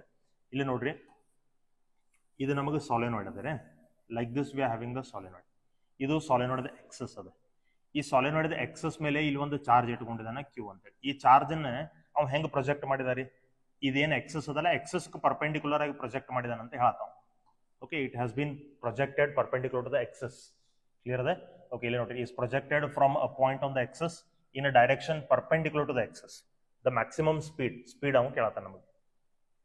Okay, ಅದ್ರದ್ದು speed ಎಷ್ಟಿದ್ರೆ ಇದು ಸಾಲಿನಾಯ್ಡ್ strike ಆಗಂಗಿಲ್ಲ ಅಂತ ಕೇಳ್ತಾರೆ. ಈಗ ನೋಡ್ರಿ, ಈ ಸಾಲಿನಾಯ್ಡ್ ನಾವು ಈ ತರ ನೋಡ್ಕೊಳತ್ತೀವಿ. We are watching that solenoid like this. ಈಗ ಅದ ಸಾಲಿನಾಯ್ಡ್ ಈ ತರ ಹಿಡ್ಕೊಂಡ್ರೆ ಈ ಕ್ರಾಸ್ ಸೆಕ್ಷನಲ್ ಏರಿಯಾ ಕಾಣಿಸ್ತದ್ರಿ, ಅದನ್ನ ಇಲ್ಲ ಡ್ರಾ ಮಾಡ್ಕೋತೀವಿ. This is the cross sectional area of the solenoid. So ಇಲ್ಲಿ ನಮ್ಗೆ ಅದ್ರದ್ದು ಎಕ್ಸಸ್ ಅದೇ. ಆ ಎಕ್ಸಸ್ ಮೇಲೆ ಇರುವಂತ ಚಾರ್ಜ್ ನಾವು ಈ ಡೈರೆಕ್ಷನ್ ದಾಗ ಪ್ರೊಜೆಕ್ಟ್ ಮಾಡತ್ತೀವಿ. ಈ ಡೈರೆಕ್ಷನ್ ದಾಗ ಪ್ರೊಜೆಕ್ಟ್ ಮಾಡತ್ತೀವಿ. ಅವ್ ನಮ್ಮ ಕಂಡೀಷನ್ ಏನ್ ಹೇಳಿದಾರ್ರಿ? It should not touch this solenoid. Solenoid ಅನ್ನೋದು ಮುಟ್ಟಬಾರ್ದು ಅಂತ ಹೇಳ್ತಾನೆ. Let me say the radius of the solenoid. Solenoid ದ ರೇಡಿಯಸ್ ಏನದಲ್ಲ ಅದು ನಮಗೆ ಆರ್ ಅದ ಅಂತ ನಾವು ಅನ್ಕೊಳ್ಳೋಣ. ಸೊ ಈಗ ಅವೇನ್ ಕೇಳ್ತಾನ, how much should be the speed ಅಂತ ಕೇಳ್ತಾನೆ. ಈಗ ನೋಡ್ರಿ, ಮ್ಯಾಗ್ನೆಟಿಕ್ ಫೀಲ್ಡ್ ನಮಗೆ ಸಾಲಿನಾಯ್ಡ್ ಈ ಡೈರೆಕ್ಷನ್ ದಾಗ ಇರ್ತದೆ. ಮ್ಯಾಗ್ನೆಟಿಕ್ ಫೀಲ್ಡ್ ಪರ್ಪೆಂಡಿಕ್ಯುಲರ್ ಆಗ ಚಾರ್ಜ್ ನಾವು ಏನ್ ಮಾಡತ್ತೀವಿ? ಪ್ರೊಜೆಕ್ಟ್ ಮಾಡತ್ತೀವಿ. Correct. So magnetic field perpendicular ಆಗಿ ಚಾರ್ಜ್ ಪಾರ್ಟಿಕಲ್ ಮೂವ್ ಆಗತ್ತಪ್ಪ ಅಂದ್ರೆ which path it has to follow? It has to follow circular path. We know this very well. In case magnetic field parallel ಆಗಿ ನಮಗೆ charged particle move ಆಗತ್ತಪ್ಪ ಅಂದ್ರೆ there will be no magnetic force acting on it. ಅದ್ರ ಮೇಲೆ magnetic force act ಆಗುದಿಲ್ಲ. Right. ಇನ್ case magnetic field perpendicular ಆಗಿ charged particle move ಆಗತ್ತಪ್ಪ ಅಂದ್ರೆ ಅದ್ರ ಮೇಲೆ ಮ್ಯಾಗ್ನೆಟಿಕ್ ಫೋರ್ಸ್ ಎಷ್ಟು ಆಕ್ಟ್ ಆಗ್ತದ್ರಿ? How much will be the magnetic force QVB. Perpendicular ಆಗಿ ಮೂವ್ ಆಗತ್ತೆ ಅಂತಂದ್ರೆ which path it has to follow circular path. Theory ಒಳಗೆ ನಾವು ಕಲ್ತಿರ್ತೀವಿ, right? Charged particle circular path follow ಮಾಡ್ತದೆ. ಓಕೆ, ಇಲ್ಲೂ ಕೂಡ ನೋಡ್ರಿ ಆ ಸಾಲಿನಾಯ್ಡ್ ಮ್ಯಾಗ್ನೆಟಿಕ್ ಫೀಲ್ಡ್ ಏನದ ಅದಕ್ಕೆ ಪರ್ಪೆಂಡಿಕ್ಯುಲರ್ ಆಗಿ ಚಾರ್ಜ್ ಮೂವ್ ಆಗತ್ತದೆ. So it has to follow circular path. ಅದು ನಮಗೆ ಸರ್ಕ್ಯುಲರ್ ಪಾತ್ ಫಾಲೋ ಮಾಡಬೇಕು. ಅದು ಸರ್ಕ್ಯುಲರ್ ಪಾತ್ ಫಾಲೋ ಮಾಡ್ಬೇಕ. ಆಮೇಲೆ ಅದು ನಮಗೆ ಸಾಲಿನಾಯ್ಡ್ ಹಿಟ್ ಆಗಬಾರ್ದು. It should not touch that solenoid. So ಅದಕ್ಕೆ ನಾವು ಅನ್ಕೊಳ್ಳೋಣ ಈ charged particle circular path radius ನಮ್ಗೆ ಎಷ್ಟು ಇರ್ಬೇಕಪ್ಪ? r/2. ಅಂದ್ರೆ r ಸಣ್ಣದಿರ್ಬೇಕು, ನಾವು r/2 ಅಂತ ತಗೊಳ್ಳೋಣ. r ಸಣ್ಣದಿತ್ತಪ್ಪ ಅಂದ್ರೆ ಅದು ನಮಗೆ ಏನಾಗ್ತದ್ರಿ? ಸಾಲಿನಾಯ್ಡ್ ಒಳಗಡೆನೆ ಇಲ್ಲೇ ನಮ್ಗೆ ಅದು ಏನಾಗ್ತದಪ್ಪ ಅಂದ್ರೆ ರಿವಾಲ್ವ್ ಆಗ್ತದ್ರಿ. ಅದು ನಮಗೆ ಸಾಲಿನಾಯ್ಡ್ ಟಚ್ ಆಗುದಿಲ್ಲ. Within the solenoid it starts revolving. Correct? Okay, so ಈಗ ನಮಗೆ ವೆಲಾಸಿಟಿ ಕೇಳತ್ತಾನೆ. ಈಗ ನೋಡ್ರಿ, ರೇಡಿಯಸ್ ಇಸ್ ಈಕ್ವಲ್ ಟು ನಮಗೆ ಫಾರ್ಮುಲಾ ಏನದ? mv/qb ಅಂತ ಫಾರ್ಮುಲಾ ಅದ ರೀ. ಇನ್ನ ನಮ್ಗೆ ವಿ ಬೇಕಾಗಿತ್ರಿ. So V is equal to ಏನಾಗ್ತದ್ರಿ? QRB ಡಿವೈಡೆಡ್ ಬೈ ಎಂ ಅಂತ ಆಗ್ತದೆ. QRB divided by M. ನಮ್ಗೆ ರೇಡಿಯಸ್ ಎಷ್ಟು ಇದ್ರೆ ಅದು ಸಾಲಿನಾಯ್ಡ್ ಹಿಟ್ ಆಗುದಿಲ್ಲ. r/2 ಇದ್ರೆ ನಮಗದು ಹಿಟ್ ಆಗುದಿಲ್ಲ. So QRB divided by 2m. r ಅಂದ್ರೆ ಅದನ್ನ r/2 ಅಂತ ತಗೋತೀನಿ. ಯಾಕಂದ್ರೆ ಅದು ನಮ್ಗೆ ರೇಡಿಯಸ್ಗೆ ಟಚ್ ಆಗಬಾರ್ದು. ಇನ್ ಕೇಸ್ ನೀವು r ತಗೊಂಡ್ರಿ ಅಂದ್ರೆ ಅವಾಗ ಇದ ಸರ್ಕಲ್ ನಮಗೆ ಈ ಸಾಲಿನಾಯ್ಡ್ ಮೇಲೆ ಬರ್ತದ್ರಿ. ಅಂದ್ರೆ ನಮಗೆ ಅವಾಗ ಸಾಲಿನಾಯ್ಡ್ ಅದು ಟಚ್ ಆಗ್ತದೆ. ನಮಗೆ ಸಾಲಿನಾಯ್ಡ್ ಟಚ್ ಆಗಬಾರ್ದು ಅಂತ ಹೇಳಿ ನಾವು. ಓಕೆ, ಇನ್ ಬಿ ಅಂದ್ರೆ ಏನ? Magnetic field of the solenoid ರೀ. ಸಾಲಿನಾಯ್ಡ್ ಮ್ಯಾಗ್ನೆಟಿಕ್ ಫೀಲ್ಡ್ ಫಾರ್ಮುಲಾ ಏನ್ರಿ? μ0 ni, right, divided by 2m. ಎಷ್ಟು ನಮಗೆ ಬರ್ತದೆ? μ0 ni divided by 2m. So this much will be the velocity. ಎಷ್ಟು ವೆಲಾಸಿಟಿ ನಮಗೆ ಇರಬೇಕು? So which option is correct? Divided by 2m ಅದ. Divided by 2m. Here it is μ0 ni QR. μ0 ni QR divided by 2m, right? So this much should be the answer. We'll go to the next question then. Okay, ಇಲ್ಲಿ ನೋಡ್ರಿ, two parallel wires in free space are 10 cm apart and each carries a current of 10 ampere in the same direction. The force exerted by one wire on the other. ನೋಡ್ರಿ, ಯಾವ ತರದ nature ಕೂಡ ಕೊಟ್ಟಿದ್ದಾರೆ. ಇದು ನಮಗೆ theory ಒಳಗಿಂದ concept ಗೊತ್ತಿರಬೇಕು. C, if two parallel wires are carrying current in same direction ಒಳಗೆ ಕರೆಂಟ್ ಇತ್ತಪ್ಪ ಅಂತಂದ್ರೆ ಅವ್ರ ನಡು ಯಾವ ಟೈಪ್ ಆಫ್ ಫೋರ್ಸ್ ಇರ್ತದ್ರಿ? ಅಟ್ರಾಕ್ಟಿವ್ ಫೋರ್ಸ್ ಇರ್ತದೆ. If two wires are carrying currents in opposite direction, then what type of force will be in between them? Repulsive force ಅವ್ರ ನಡು ಇರ್ತದ್ರಿ. ಇದು ನಾವು ರಿಪಲ್ಸಿವ್ ಫೋರ್ಸ್ ಅಂತ ಕರಿತೀವಿ. ಇವೆರಡು ಅಟ್ರಾಕ್ಟಿವ್ ಮತ್ತು ರಿಪಲ್ಸಿವ್ ಫೋರ್ಸ್ ಫಾರ್ಮುಲಾ ಏನ್ರಿ? μ0 I1 into I2 divided by 2πd divided by 2πd. What is d? d is the distance between the two parallel wires. Correct? So ಈ ಫೋರ್ಸ್ ಫಾರ್ಮುಲಾ ನಾವು use ಮಾಡ್ಕೋಬೇಕು. ಈಗ same force ಈ wire ಮೇಗೂ ಅಷ್ಟ force ಇರ್ತೈತಿ, ಈ wire ಮೇಗೂ ಅಷ್ಟ force ಇರ್ತದೆ. ಸೊ ಎರಡು ವೈರ್ಸ್ ಮೇಲೆ ಸೇಮ್ ಫೋರ್ಸ್ ಆಕ್ಟ್ ಆಗ್ತದೆ. ಓಕೆ, ಸೊ ಈ ಫೋರ್ಸ್ ನಾವು ಕ್ಯಾಲ್ಕುಲೇಟ್ ಮಾಡ್ಕೋಬೇಕು. ಫಸ್ಟ್ ಥಿಂಗ್ ನೋಡ್ರಿ, ಅವ್ರು ಏನ್ ಹೇಳಿದಾರೆ? ಸೇಮ್ ಡೈರೆಕ್ಷನ್ ಅಂತ ಹೇಳಿದಾರ್ರಿ. ಇಲ್ಲಿ ನೋಡ್ರಿ, currents in both the wires are in same direction. Same direction ಅಂದ್ಮೇಲೆ ಯಾವ ಫೋರ್ಸ್ ಇರಬೇಕು? Attractive force. ಸೊ ಅಟ್ರಾಕ್ಟಿವ್ ಅಂದ್ರೆ ಆಪ್ಷನ್ 1, ಆಪ್ಷನ್ 2, ರೈಟ್. ರಿಪಲ್ಸಿವ್ ಅಂತ ನಮಗೆ ಬರೋದಿಲ್ಲ. ಸೊ ಇವೆರಡು ನಮಗೆ ಎಲಿಮಿನೇಟ್ ಆದವು. ಇವೆರಡು ಆಪ್ಷನ್ಸ್ ನಮಗೆ ಹೋದು. ಇನ್ನ ನಾವು ಇದನ್ನ ಕ್ಯಾಲ್ಕುಲೇಟ್ ಮಾಡ್ಕೊಂಡು ನೋಡ್ಬೇಕು. Okay, let us calculate. ಎಷ್ಟು ಬರ್ತದೆ ನೋಡ್ರಿ? F is equal to μ0 ಅಂದ್ರೆ 4π into 10⁻⁻⁷, correct, into I1 into I2. I1 ಎಷ್ಟದೆ? How much is I1 I2 ಎರಡು ಸೇಮ್ ಅಂತ ಹೇಳಿದಾರೆ. Each carries the current 10 ampere. So 10 into 10 ಆಯ್ತು, ಡಿವೈಡೆಡ್ ಬೈ 2πd. ಡಿ ಎಷ್ಟದೆ? ಡಿಸ್ಟೆನ್ಸ್ ಬಿಟ್ವೀನ್ ದಮ್ 10 cm ಅದ. 10 into 10⁻², ಅದನ್ನ metre ಒಳಗೆ ತಗೋತೀನಿ. ಓಕೆ, ಪೈ ಕ್ಯಾನ್ಸಲ್ ಆಯ್ತು. 2 1s 2 2s ಹೋಯ್ತು. ಸೊ ಇದೊಂದು 10 ಇದೊಂದು 10 ಹೋಯ್ತು. ಇದ್ರಾಗಿನ 10⁻², ಇದ್ರಾಗಿನ 10⁻² ಹೋಯ್ತು. ಸೊ ನಮ್ಗೆ ಇನ್ನೇನು ಉಳಿತೀರಿ? ಇಲ್ಲೇ 10⁻⁵, ಇದು 10⁻+1. ಸೊ 2 into 10⁻⁻5 + 1 ಅಂದ್ರೆ -4 ಬಂತು. So this much has to be the force. ಎಷ್ಟು ಫೋರ್ಸ್ ನಮ್ಗೆ ಇರಬೇಕು? ಇದೇನಿರಬೇಕು? ಇದು ನಮಗೆ ಅಟ್ರಾಕ್ಟಿವ್ ಫೋರ್ಸ್ ಇರಬೇಕು. ಯಾಕಂದ್ರೆ currents are in same direction. So which option is correct then? Option A is correct. Okay, let us go to the next question. ನೋಡ್ರಿ, a strong magnetic field is applied on a stationary electron, then the electron is then the electron moves in the direction of the field, moves in opposite direction of the field, remains stationary, starts spinning. Motion of the charge ಮೇಲೆ. ಈಗ ನಿಮಗೆ ಇದು ಗೊತ್ತಿರಲಿ, you should be knowing this.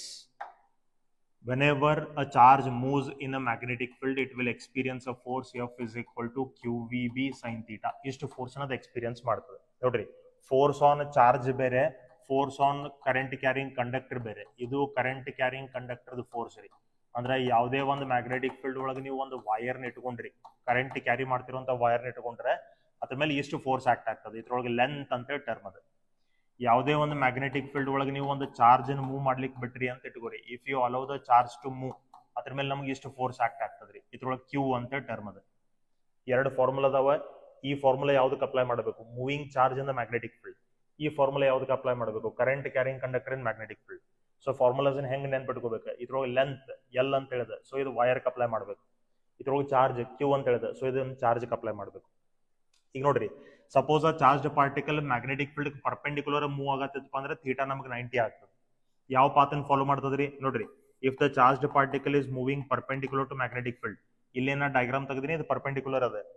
Magnetic field inwards ಐತಿ, magnetic field inwards ಅದ, charge ನಮ್ಗೆ upwards move ಆಗತ್ತದ್ರಿ. So they are perpendicular to each other. So perpendicular ಇದ್ದು ಅಂತಂದ್ರೆ ನಮ್ಗೆ ಅದು ಯಾವ ಪಾತ್ ಫಾಲೋ ಮಾಡಬೇಕು? ಸರ್ಕ್ಯುಲರ್ ಪಾತ್ ಫಾಲೋ ಮಾಡಬೇಕು. If the charged particle is moving parallel or anti parallel to the magnetic field, ಇದು ಮ್ಯಾಗ್ನೆಟಿಕ್ ಫೀಲ್ಡ್ ಅದ. ಚಾರ್ಜ್ ಸಪೋಸ್ ನಮ್ಗೆ ಈ ಕಡೆ ಅಥವಾ ಈ ಕಡೆ ಮೂವ್ ಆಗತ್ತೆ ಅಂತ ಇಟ್ಕೋರಿ. ಇದೇನ್ ಇದ್ರದ್ ಮೀನಿಂಗ್ ಏನ್ರಿ? ಫೀಲ್ಡ್ ಪ್ಯಾರಲಲ್ ಆಗಿ ಅಥವಾ ಫೀಲ್ಡ್ ಆಂಟಿ ಪ್ಯಾರಲಲ್ ಆಗಿ ಮೂವ್ ಆಗತ್ತಪ್ಪ ಅಂದ್ರೆ theta is equal to 0 degree, anti parallel ಅಂದ್ರೆ 180 ಡಿಗ್ರಿ. ಸೊ ಅದು ಪ್ಯಾರಲಲ್ ಅಥವಾ ಆಂಟಿ ಪ್ಯಾರಲಲ್ ಆಗಿ ಮೂವ್ ಆಗತ್ತಪ್ಪ ಅಂತಂದ್ರೆ it will follow a straight path itself. ಅದು ನಮಗೆ ಸ್ಟ್ರೇಟ್ ಪಾತ್ ಅನ್ನು ಫಾಲೋ ಮಾಡ್ತದ್ರಿ, straight line path. Correct? Perpendicular ಆಗಿದ್ರೆ ಸರ್ಕ್ಯುಲರ್ ಪಾತ್, ಆಮೇಲೆ ಪ್ಯಾರಲಲ್ ಅಥವಾ ಆಂಟಿ ಪ್ಯಾರಲಲ್ ಇದ್ರೆ ಸ್ಟ್ರೇಟ್ ಪಾತ್.